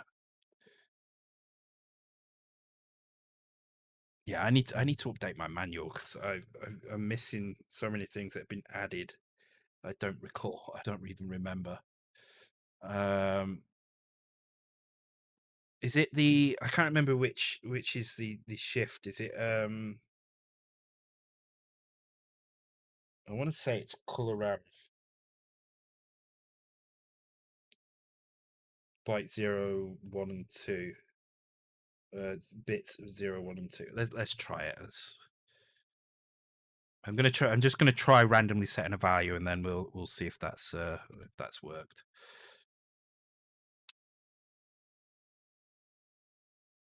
So because of the way that the raster rewrite buffer works by kind of reading in rows of characters, one of the instructions you can tell it to do is you can say, actually, fetch offset plus uh, +1. And what that means is what it will do when it goes to draw this character is it will draw this character by fetching the pixels from memory. So it's fetching the bytes from memory, the 8 bytes that make up this character. Um, and so what it will do instead is, instead of fetching it from the exact location, it will offset it by 1. So it'll actually grab data one byte ahead, so it actually moves bits 6 to 9. 6 to 9. Is it? Good night, Mythical Duck. So I'm not going to leave that in there. I'm going to take that out. I'm just going to try and demonstrate it very quickly. I'm not sure what you mean bit 6 to 9. Oh, asking. Oh, I have no idea. I for some reason I keep thinking it's this lower value here, so I'm gonna set this to like 4 both of these. Press the right thing. Oh, that's a really strong vodka that time. I can't remember which one it is. I'll have no, it wasn't that one. All right, bit 6 to 9. That does.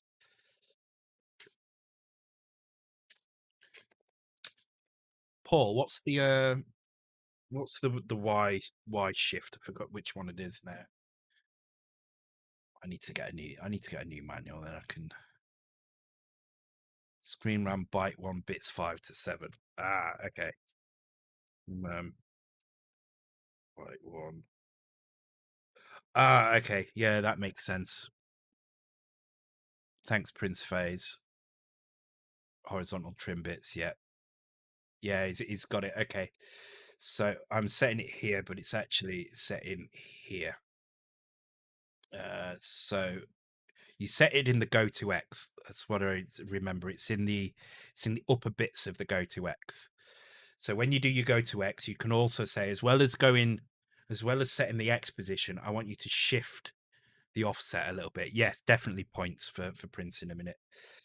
So it's the upper nibble here. I'm going to do it, and I'm going to remove it, but I would say this is something to probably ask about when you go to do it, because it does get a little bit tricky, and I'll explain why it gets a little bit tricky in a minute. You'll see why it gets a little bit tricky. Let me give Prince some points.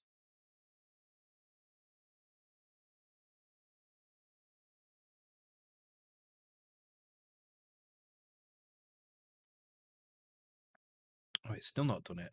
Does it have to be in full color character mode as well? Go to X bits. Screen RAM byte 1 bits 5 to 7. This is definitely bits 5 to 7.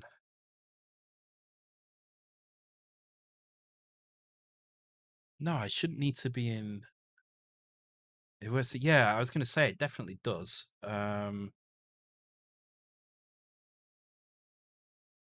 Screen RAM bytes 5 to 7.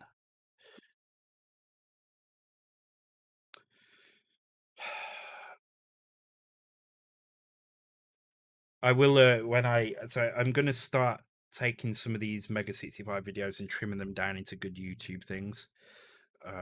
So I'm going to do the Toxic Frenzy one I did for Warlock's game. Trim that down to like a half an hour video, and I'll do the same with this one as well to get rid of this awkward kind of pausing bits here.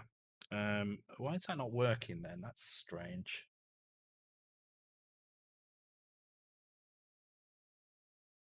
Because it's not on a per character, it's a go to X. You definitely do it at the go to X level. So let me just check. Go to X.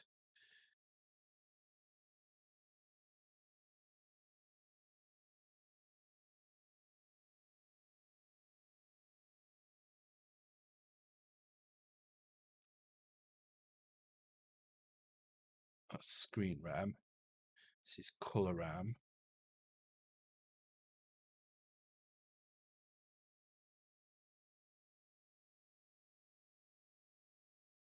Yeah, okay, it's definitely in this bit.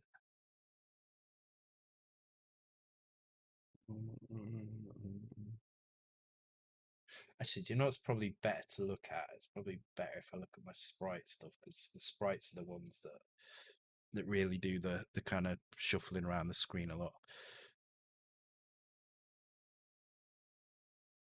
Take our Y position.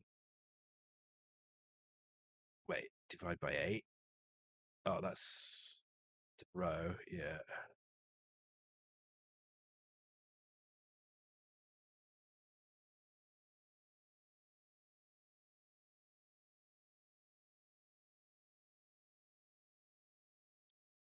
Take our Y positions. That's our Y position on the screen divided by 8, which gives us our actual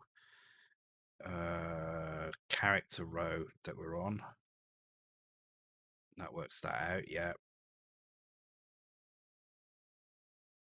But where's it actually set in that? And by 7. Subtract 8. to work out how far we need to shift it down, shift it to the right 3. Yeah, so that should be fine. I don't know why that's not working. That's odd. It's a kind of weird mix of characters here, which is weird mix of number bases, which I'm not that keen on. This is why I don't want to leave this in. This bit of code is not going to be pretty. So anyway, let me just test that again. That should be working. I'm not sure why it's not. According to my code, it's with the MSB for the X position in screen RAM. Yeah, that's exactly where I'm setting it as well. But why is it not working in 16 color mode? Is it because I'm using the character ROM? Maybe. I wouldn't have thought so though.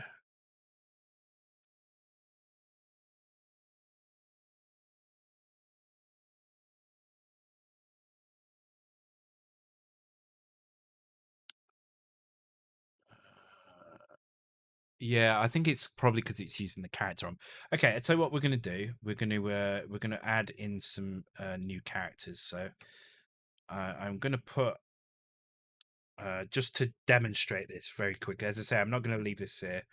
So at 1,000, right up in the first kind of bank outside the first 64 kilobytes, I'm just going to fill this with.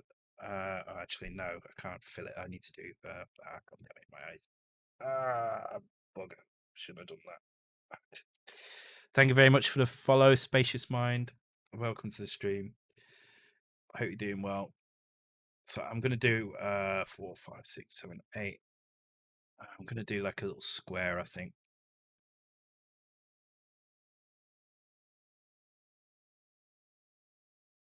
I think it's because I'm using character. That's the only reason I can think why it might be failing. So instead, what we're going to do is we're going to set it to use this character, which is all the way up at the top of memory up there. And so that is going to be done in full color character mode here, not 16 color character mode, but that shouldn't matter.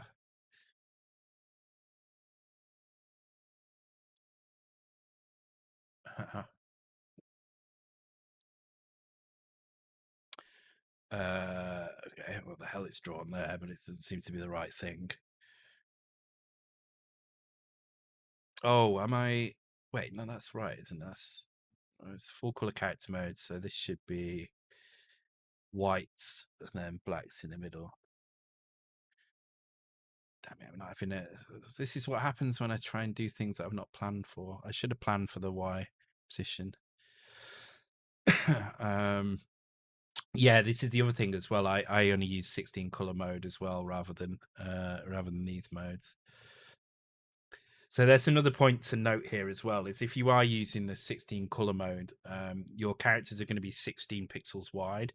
And so that means that this instruction list is going to be advancing by 16 pixels at a time, not by 8 pixels at a time. The reason why 16 color mode is so good is because the pixel clock, which is the amount of time, they're basically the speed at which we can fill stuff in a line, the speed at which the Vic4 can draw each individual line, is directly related to the number of characters on a row, not the number of bytes that make up the row, but the number of characters on a row. So if your character count is low per row, but your characters are 16 pixels wide, then basically what you can do is you can draw two layers where you could only draw one before. So the reason why I use 16 color character mode is because it saves memory, because you use half as much memory as you do in full color character mode. 16 colors is plenty, even in a 16 by 8 pixel block. It's still a lot. I mean, it's easily as much as pretty much any Amiga game out there. And you can still change that between different blocks as well. But it also means you can have twice as many layers in. So without that mode, you would only probably get 2 or 3 screens worth, and then and a couple of kind of raster rewrite buffer sprites, and then you would run out of time on the row. But with that method, you can have like 5 or 6 layers and still have 50 sprites per line, sort of thing. Yeah, and you get lots of palette sets as well. So You get a six. Well, actually, you get 32 palette sets technically because you've got alternate palette set as well. Um, Pee Wee's Big Adventure, yeah. Uh, so yeah, rather annoyingly, I'm not able to get that freaking vertical thing to work. I don't know why. Let's just set these all to 100 so they're nice and neat to look at.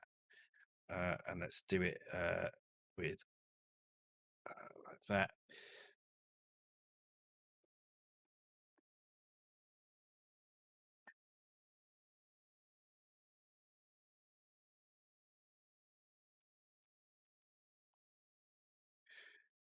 See, that should be how it works, right? This should set the offset to these for these values.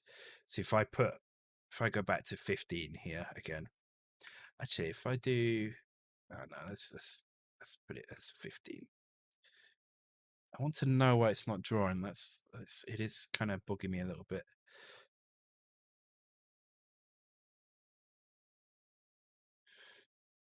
Yeah, yeah, definitely that kind of. Wow, you've got 19 out of 20 of them. Oh, is it bits five? That might be what it is, actually. If it's 5 to 7, yes.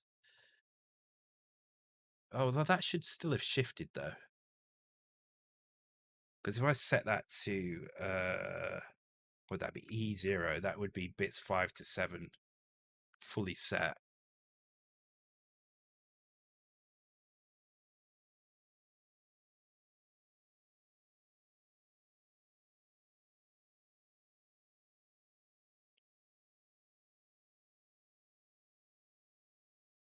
Yeah, see, it's not shifting them all. Let me try again with that E0. I don't think it's going to make any difference, but I'm going to try it anyway because I did set some weird value then that may have screwed things up.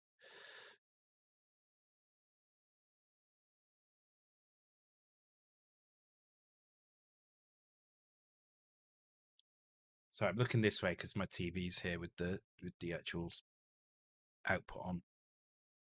Yeah, okay, it's behaving really weird. So I might come back to that at another point once I get that working. But for now, let's just leave that alone. If you do want some help with that, I can help you off stream. I've got it working in various places. It's we can definitely go through it, but I want to go through some other stuff to do with this first. Um, let's get rid of that as well. But yeah, I will. If you do need help with the Y stuff, we'll go through it. So let me first of all explain why the Y position is problematic. Um, so obviously the way this works, it has in order to contain the in order to maintain the kind of pixel rate that they're having that we have on a row, which I think is 80 megahertz. Actually, I think it's quite fast. Um, the offset is the way that this is done. So rather than say, okay, I need to draw this particular layer on this, three pixels down or whatever, which would then mean each raster buffer would have each raster line would have to say, okay, you need to draw 3 rows of the previous character on layer one plus plus 5 rows of this one. This, it would just get very, very complicated. And the logic around it would slow the pixel clock down. So what Paul's done is create this offset. So what it allows you to do is it allows you to start drawing the character from any row within that character. So you can draw the bottom half of the O or the top half of the O, but it will always draw 8 rows of pixels. So what that means is when you draw things with a Y offset like that, what you need to do is you need to draw um, your character set needs to have some spaces between it. So you'll see in some of my character sets, Turrican is a good example. Actually, I've got my Turrican character set. Uh, you'll see what I've done is I've actually created gaps between the sprites. So for every column of characters that you draw, you need to have a space at the end of it. Otherwise, when you shift it, what will happen is it will draw the next one.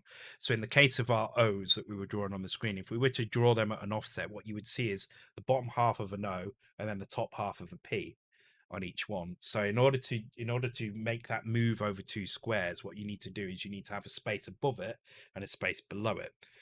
You can basically think of that as start with a space in your character set for everything that needs to be moved vertically like that. And then after every character have a space. So you've always got a space either side of a character.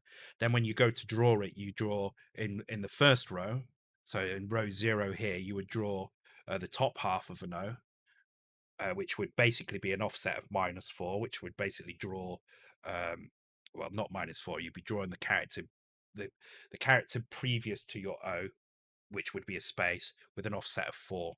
So it would draw 4 rows of space and then the top half of an O. And then on the next row, on row 1, you would advance and then draw 1. Yeah, in this instance, I do mean sprite, yeah, not character. Yeah, you're right. It's really hard to explain actually without a physical example of it. But I'm going to try and show you now with the soft sprites. So you see what I've got here. The way these characters are drawn, you'll see there's a space, there's a character, then there's a space again. Um, and this is because this is drawn in one column. So when it draws this character, it may start here and draw. Oh,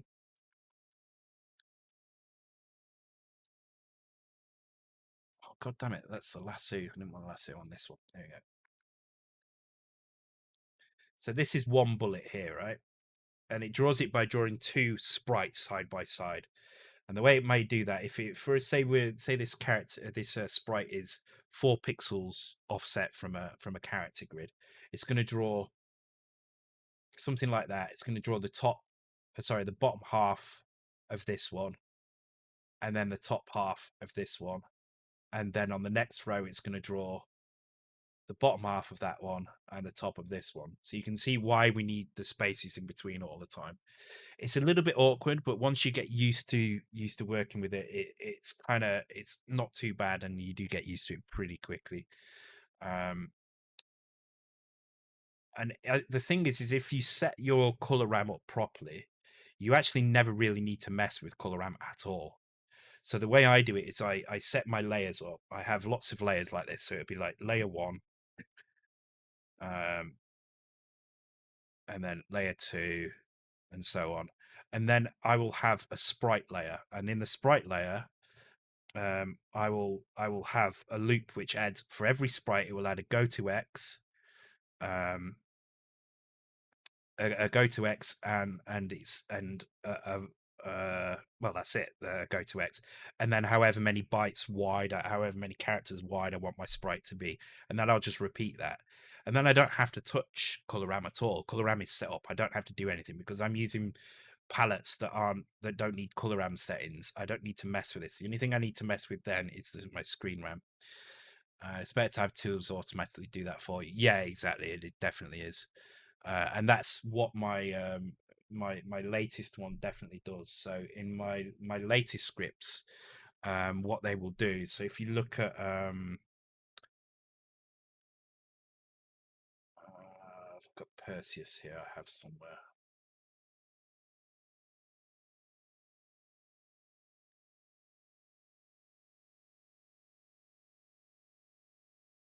It's that one. I've got a sprite sheet of it somewhere. No, where is he? Maybe it's just that one. Yeah, there we go. So I have a sprite sheet like this, and basically my script will extract this in a way that adds all the spaces in for you, so you don't have to worry about it. Those scripts are something I will be sharing with people once I've got them down. I have got a couple of minor things to fix in in the layer engine, and then I probably will do a release for that. But anyway, that's basically the gist of what you can do with the Y. It is a little bit tricky, as I say. If you want some help with it, please feel free to ask myself or even Monsters Go Boom. He's been doing they've been doing quite a lot with it. So um, I think really it's only me and you that have been doing it, Monsters. I don't think there are many other people who've been messing.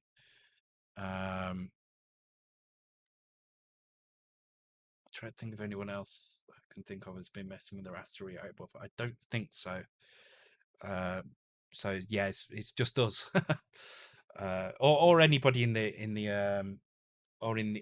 in the Mega65 Discord. I think there's a few people in there probably as well. So Mute has used it, and Paul obviously knows how to use it as well. Okay, so the great thing about this is what it means is if we're just doing an X, so let's just imagine we're not doing any Y scrolling. Is all we're doing is a horizontal scrolling game. So if you imagine something like I don't know, creatures or whatever, right? So you've just got a horizontal scroller. There's no vertical movement. What this means that you can do is you can scroll the bottom layer with our hardware scrolling. So you can scroll the bottom layer using your screen offsets. Now you don't use D016 on the Mega65. You use text exposition D04C, I believe it is. Yeah, horizontal position. So you basically tell the Mega65 um creatures Mega65. I was trying to think of a good kind of side scroller that's just side scroller left and right and not up and down. Um, yeah, so you can move the bottom layer like that, but then what you can do is you can just use your go to X to move the top layer. So if you imagine this is our top layer, you can just change this value to scroll the top layer at a different speed, which makes it very easy to kind of maintain different layer scroll speeds as well. Um, my suggestion would be if you want to do an example of this, would be to do a basic kind of scroller with a simple parallax background, um, like one layer parallax background. Stick your parallax layer on first, obviously. Have that scrolling with the D04C register, or whatever it is, and then with the next layer, uh, you use the go to X to do that. So what you would need to do is you need to start thinking about the screens as interlaced. So normally when you do a screen scroll, what you will do is you will have your 1000 characters that fill the screen up, and then every time you want to scroll, you will shift all those characters to left. Now that's not going to quite work with this, because what you've got now is you've got rows that are interleaved. So you've got one screen, one layer, if you like, and then you've got another layer that's on top of it. But that layer is stored in memory as interleaved. So you've got row 0 of layer 0, row 0 of layer 1, and so on and so on. So in order to make this work, you need to change how you do your scroll routines to actually work with interleaved layers. Now you can probably do this with a DMA quite easily, and it would be pretty quick. The way I actually do it in my engine is I just do a redraw. I just do a full redraw of the tile sets and everything. I could probably speed it up quite a lot by using DMA, but I'm actually just doing a full redraw because I don't know which direction the tiles have gone in or anything like that. And it's just easier for me to think of things as just redraw the tiles at this position. So um, it's really itchy nose for some reason. It always happens when I stream. I think it's because I get hot or something. I'm not sure. Uh, okay. Any questions so far? Anything you want me to? It's the cocaine, but I wish it was the cocaine. That would be good. That would be good. I'd also probably sleep a lot less as well. I'm too old for that crap nowadays. Not be good for me. Anybody got any questions on what we're doing so far? It's kind of difficult to talk about the last section. Um, I think what I might do is Coke Zero.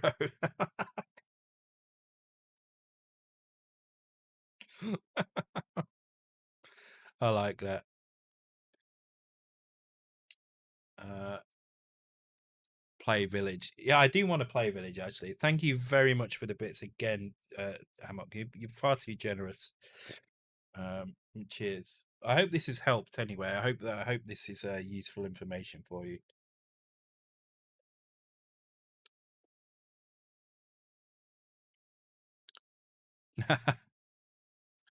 Thanks for the resub, Warlock. Very much appreciated. Oh, who discovered that one? Scranton. Oh, you're missing one film, aren't you?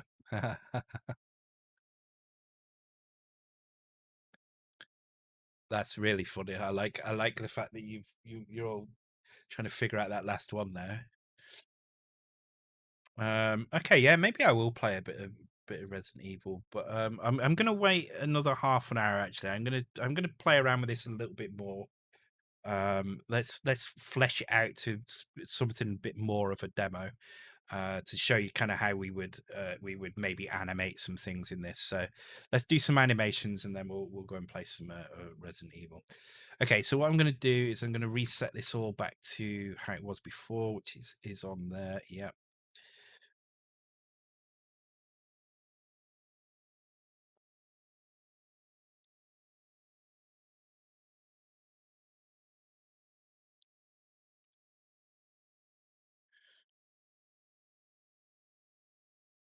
Oop. Okay, what's going on there?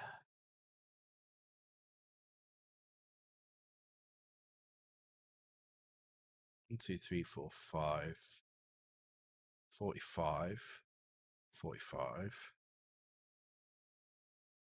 That's all fine. That's all fine.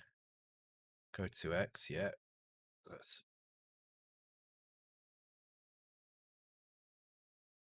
Oh, because I put another layer of color RAM in here. See, this is what happens if you get corrupted screens. Always check your color RAM first, because your color RAM contains all these flags, right? The color RAM can turn things on off all the time. So uh,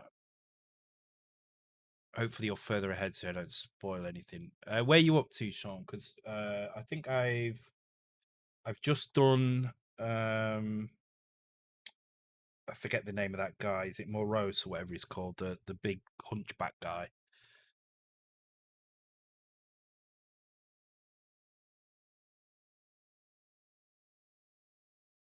Oh, we're past the dolls. We've done the dolls. We've done the next one as well. The I forget what he's called. It's like Morose or something. I think he's called. Uh, oh my god, Amok! Holy shit! Nice, nice.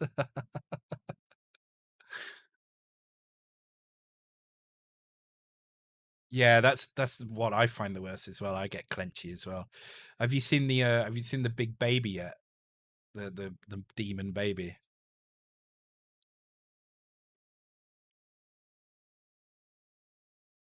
Okay. Well, I didn't like that bit. I didn't like that bit. Right, more vodka. I've not really spoiled it. I mean, it's yeah, you'll see. That's probably my least favorite bit of it in terms of like clenchy feeling.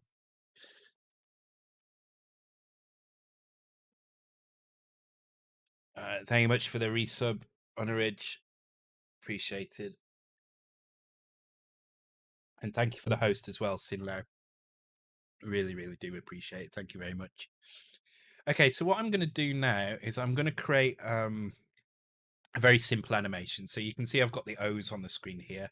I'm going to reduce that just to a single row of O's instead of two. So I'm going to get rid of one of the instructions here, which means I'm going to get rid of this one here as well. I'm also going to change that to char 15 so it matches. I'll change that as well. Thank you for the bits as well. Appreciate. Oh, I see. It's hype train time.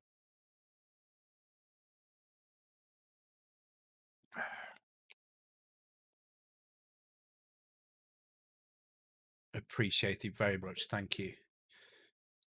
To Honorage and Steps. Okay, so we're going to reduce that down to a single column, sorry.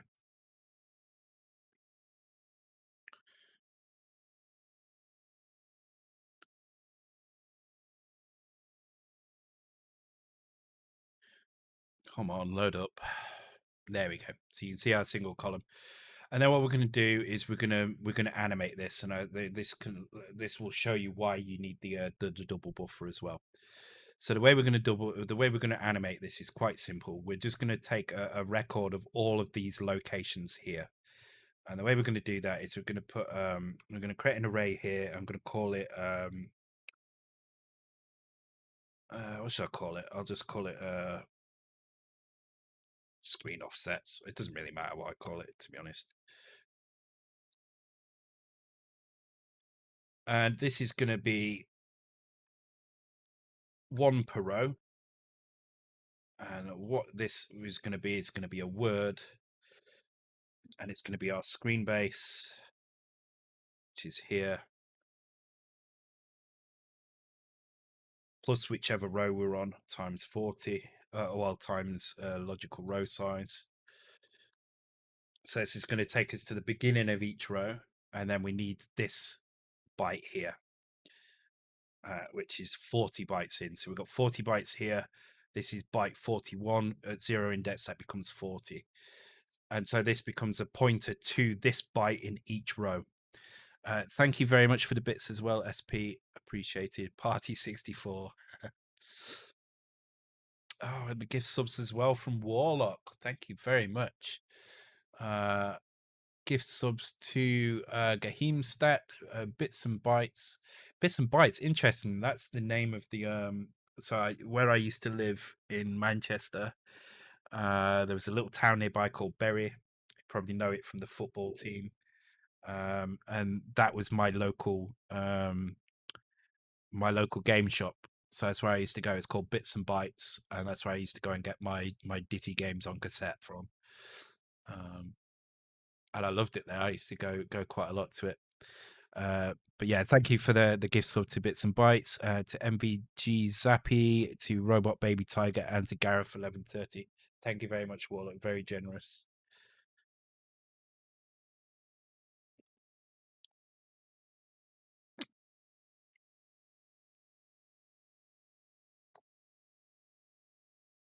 And and thank you, Andy, for gifting a sub to Shimmerbot as well.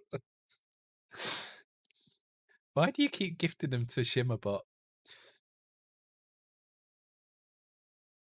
The thing is you think he's doing it like just randomly by accident, but he's not. He's doing it on purpose. Thank you, True Tonners, as well for the bits. Appreciated. Wow, levels 3 hype train. Well done, guys. Okay, so yeah, this list here is now pointing to these go to X offsets on every row.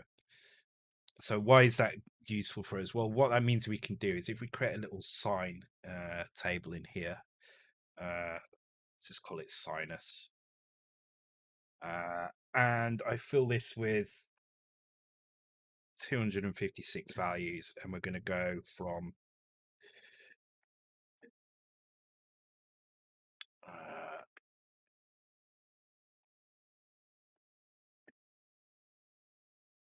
let's do times 127. I don't trust I never quite figure out the bound of the outer bounds of these things. I always get them slightly off. So it's only going to be 255 this sine wave rather than 320. But I just want to do something quick just to show you show you how this works. Okay, and then we'll create a sinus index here, which will be a byte. Start that at 0. Okay, so what we're going to do is on every frame, first of all, we're going to check whether we've reached this line or not. In fact, the easiest way to do this is to actually check D011. So if you take D011, if it's positive, then you jump back and you keep doing it. So this will wait for us to get all the way down to the bottom of the screen. When we hit the bottom of the screen, this will no longer be positive and it will jump to the next line. Then we do whatever we need to do. So do stuff here. And then just to make sure that we don't kind of repeat more than once, we can do the opposite here, where we wait till we've left this bottom of the screen and started at the top again. So thank you, Maxilos GR, for the follow. Appreciated. Welcome to the stream. Hope you're doing well. BAG Superman lives. Right, I will do you a favor here. I will do you a big favor here. The Superman Lives film was the one I didn't include, and the reason I didn't include it was twofold. First of all, it's a documentary. It's not really a typical kind of film. Secondly, the full title is far too long. The full title is something like "Whatever Happened to Superman Lives" or it's some crazy long title. I can't remember what it is. So I didn't include that one. So it's not that one. Sorry. Boomer programmer here. Well done. Yeah. I guess I'm not quite a boomer. I think I'm just a little bit. I'm like a Gen X. Yeah. I'm not quite a boomer. Okay, so we're going to do some stuff here, and what are we going to do? We're gonna first of all we're going to increment sinus index. So we're just going to advance that. Oh yeah, I know. And the moment you kind of pass 30, they start calling you boomers nowadays. But yeah, we're technically Gen X, I think, at this age. It's because they like saying "okay, boomer," like it's some kind of clever retort that suddenly makes them wise and intelligent. Where in reality, it just makes them sound like morons. To which any non-boomers here should be going, "Okay, boomer."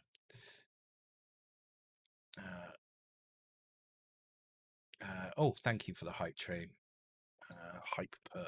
Thank you very much. Woke, yeah, woke's another one that does my head in as well. Yeah, anyway, whatever. Okay, so we're going to increase that index, then we're going to load that index into X. And then this is just going to be a very cheap animation. In fact, I'm going to write here cheap. Well, not even cheap. I'm going to call it crappy. Crappy animation of go to X values. And so what we're going to do, we're going to take sinus index here as a value into this sinus here. We're going to use Y to grab the value out of the screen offsets. So that's going to be set to 0 as well. And what we're going to do is we're going to grab, first of all, we're going to grab our screen offset. So we'll grab screen offsets more Y. Do that twice with an increased Y after each one. And let's store that at, and let's actually load Z with 0 here as well. Let's call this loop, and let's call this main loop.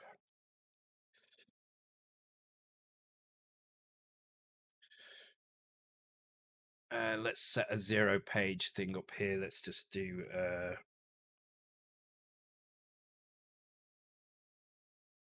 it's called base page actually on Mega65. And let's use label. Let's call it screen vector.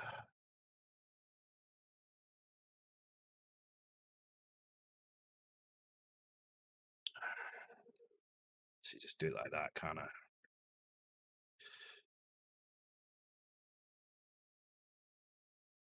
Don't know why I was using that. There we go. That should be fine.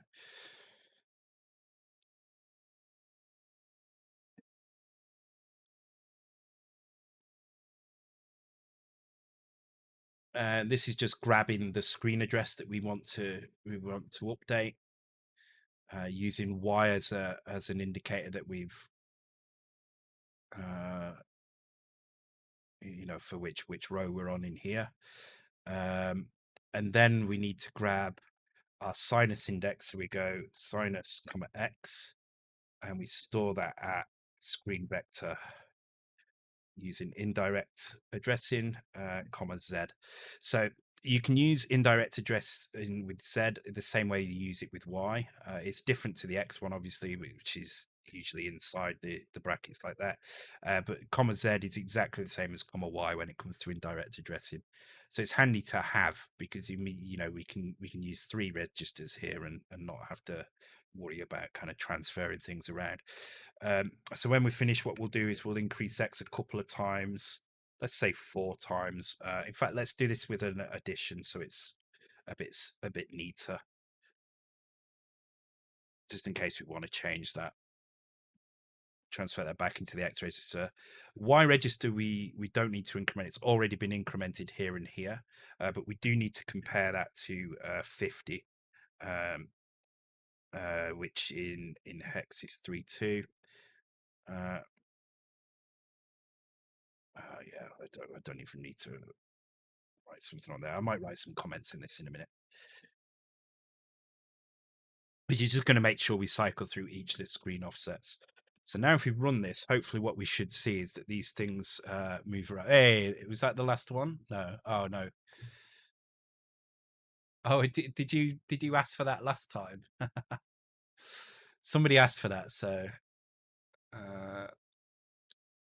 oh, see, we're changing the wrong value there, and I'll tell you why we changed that in a minute. Can you add Nez tunes to the playlist? At the moment I'm using DeepSid, so it's not going to be easy to do. My focus is to try and get the Amiga mods on there soon, but I can, if I can find an online player for the NES stuff, then maybe. Okay, so the reason why those characters are changing in the middle is because we are actually changing the value, and in fact you can see the kind of wave of characters as they move up, but we're changing the wrong value. And the reason we're changing the wrong value is because I've advanced not 40 is in the middle of here. This is not 40, this is actually 80. Because it's 2 characters. So 40 times here is 80, and that starts at 0. So it's 0 to 79. This is 80.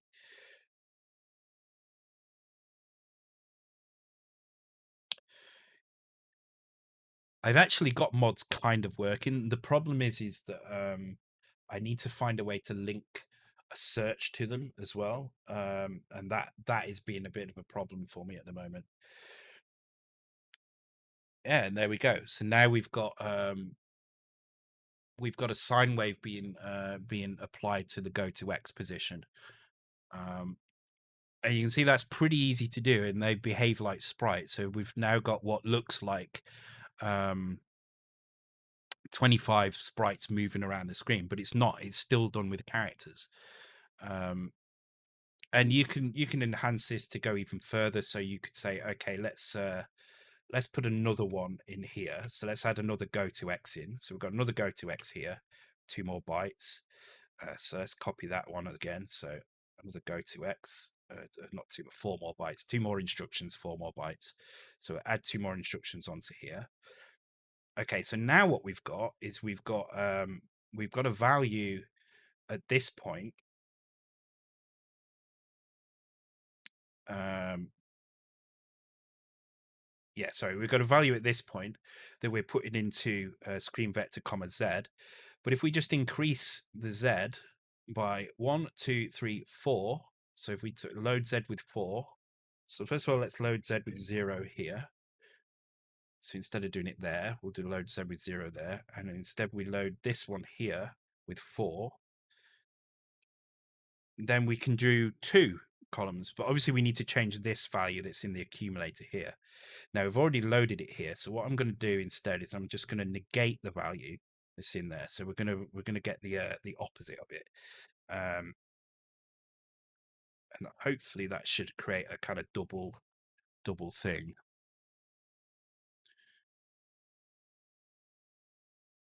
And you can start to see how it's going to be quite easy to start adding kind of multiple layers of sprites into these things, and with a little bit of thought about how you kind of create these.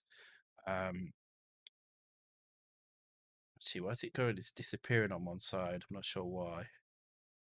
Oh, it's probably because of the way it's negating it. Let me do Eeyore instead. There we go.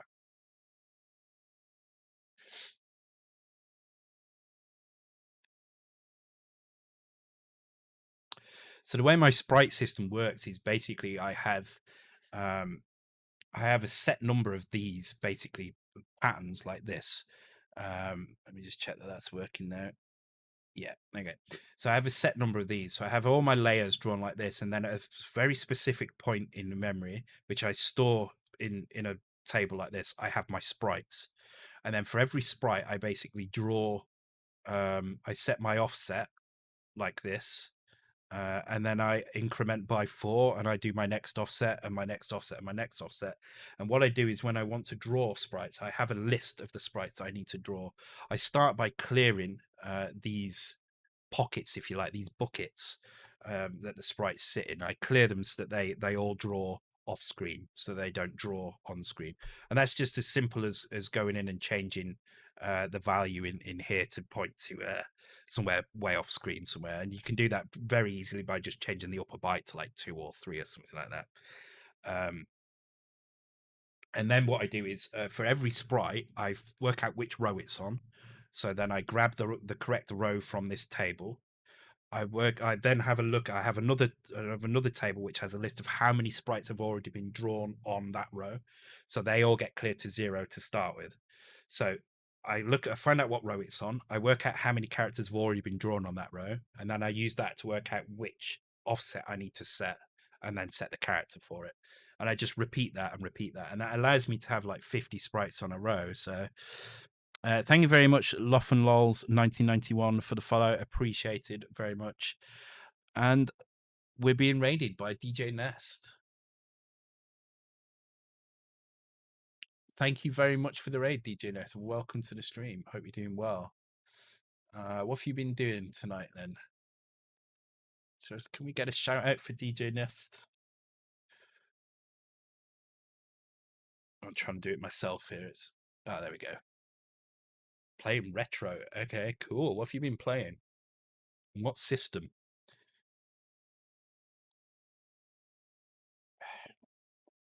Oh wow. This vodka's getting really strong for some reason. I think I've been in my drunken self has been pouring far too much into the into the glasses. He was doing it chill. All right, all right, all right. Chill, chill. But yeah, welcome along and everyone that's come with DJ Nest. You're this code must land on GitHub. Yes, I will. I'm going to put it into. I'm going to create a new GitHub repo after this stream in my GitHub, and I'm going to share it with the. I'm going to link to it through the Mega65 snippet snippet repo as well, because it'll be really useful, I think, for everyone. And this is what I want to do. I want to every now and again, like every 2 weeks or so, I want to create a new kind of example that features something related to the Mega 65.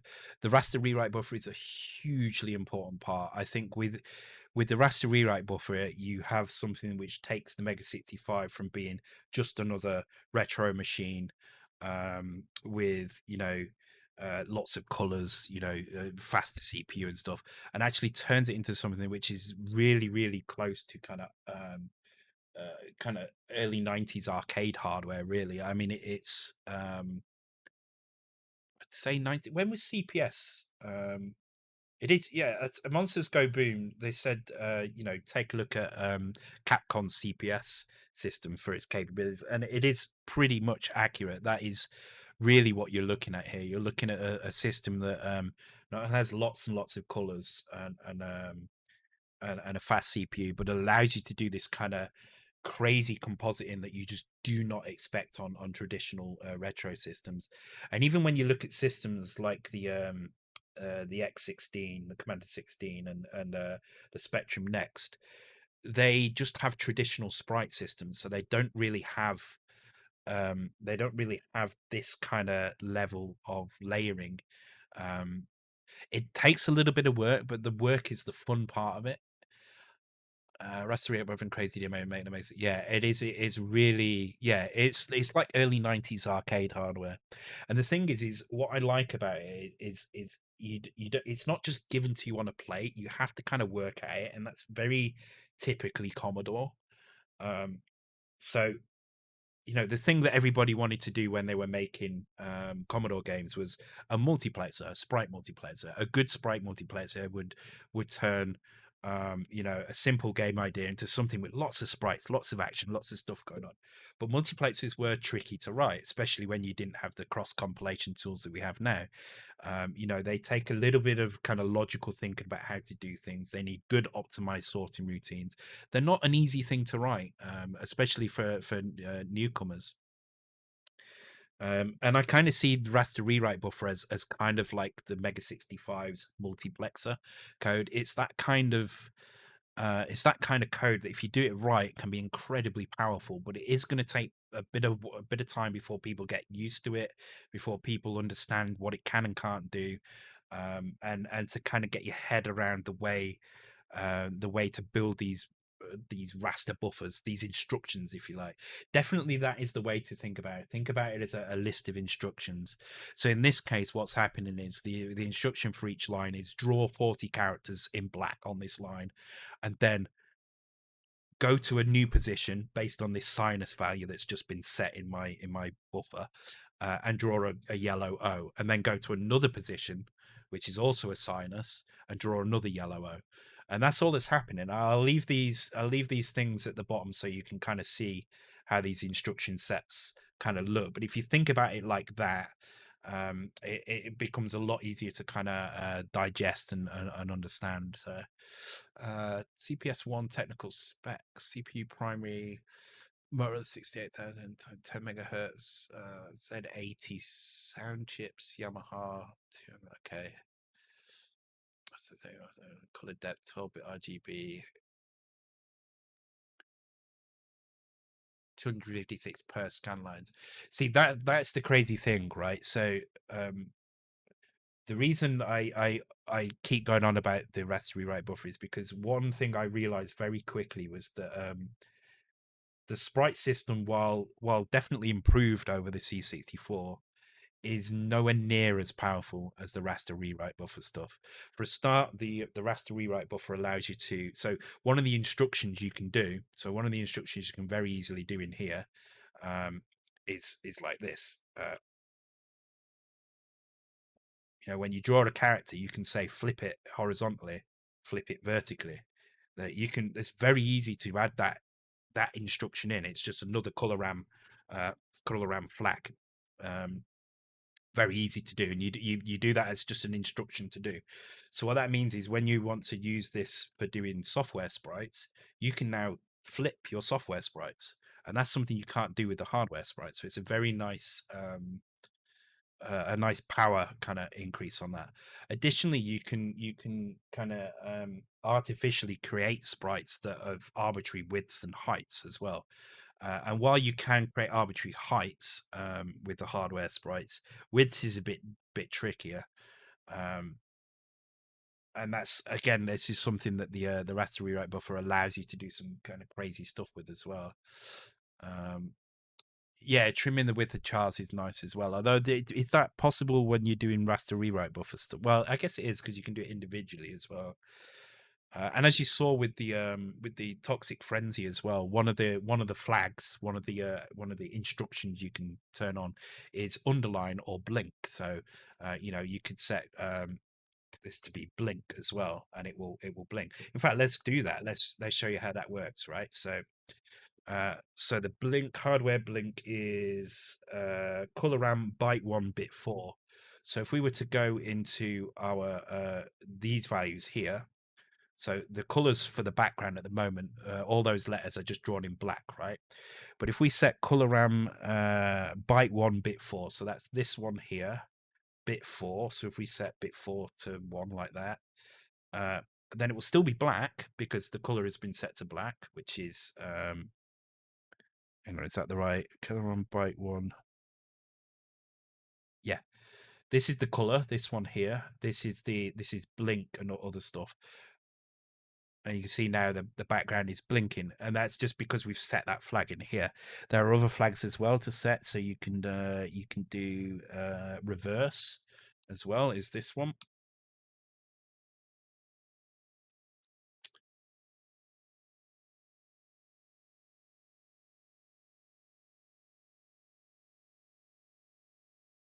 And these are handy because if you are doing like a high res character set, you can this is the sort of thing normally you would have to have a whole set of the alphabet in reverse in your font set.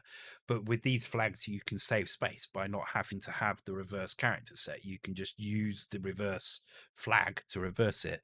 And what we were seeing in Toxic Frenzy was the underlining. So we were seeing this not 7, sorry, we were seeing bit 7 turned on, which was doing an underline.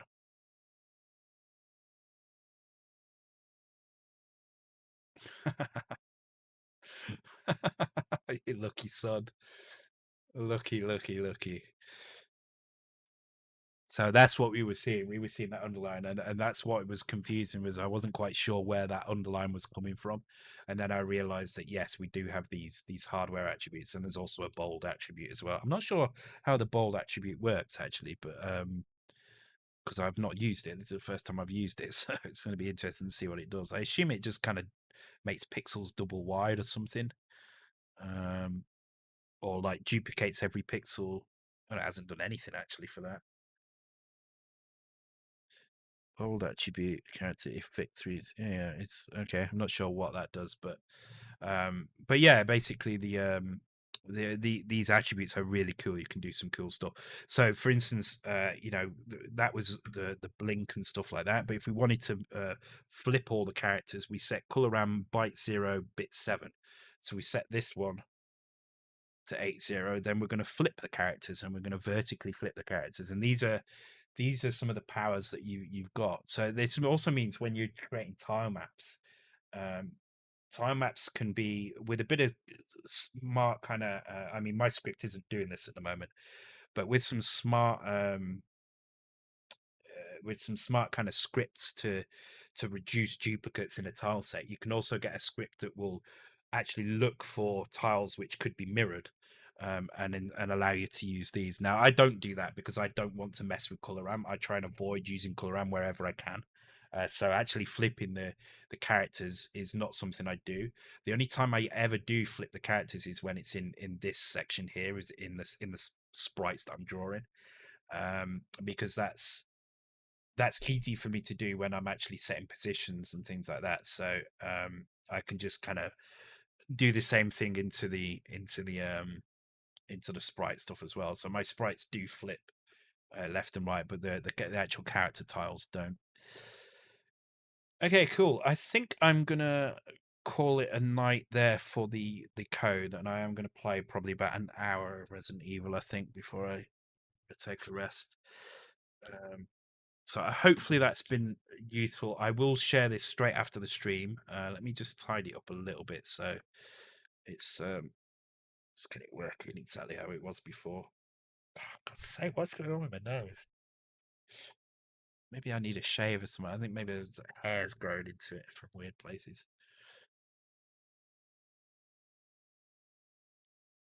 Okay, cool. Yeah. So I'll leave that as it is. I will upload this to Discord soon and update the uh now can you explain how I can get the time to try it? Yeah. Uh, no. Yeah, as I say, if there are any more further questions, particularly with the Y position, I realize I didn't really explain that very well. And I couldn't demonstrate it properly, but I can. I mean, you've seen how it works in Percy's, you've seen how it works in Turok, and it definitely works. But if you do need some help with that, we can kind of go over that on Discord off stream. It'll be a lot easier, I think. Um, okay, let me change the stream title, and then I'm gonna load up Resident Evil. I am gonna turn the SIDS off and stuff in a minute, and the overlays. So just be warned that the if you do try and submit uh, Resident Evil Village, I think I've got it. If you do try and use redeem any points, they might not go through properly. So I'm gonna advertise my RTX 3090 just so that people come and see it because it does look good on a 39. I've got to say. Okay, really casual playthrough. I said 3090. Go.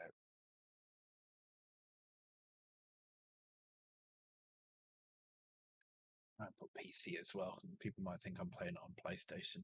Oh no, mediocre system. I want a proper system. Okay, cool. Right. So I'm going to stop the music now. I'm going to switch over. Just turn that off.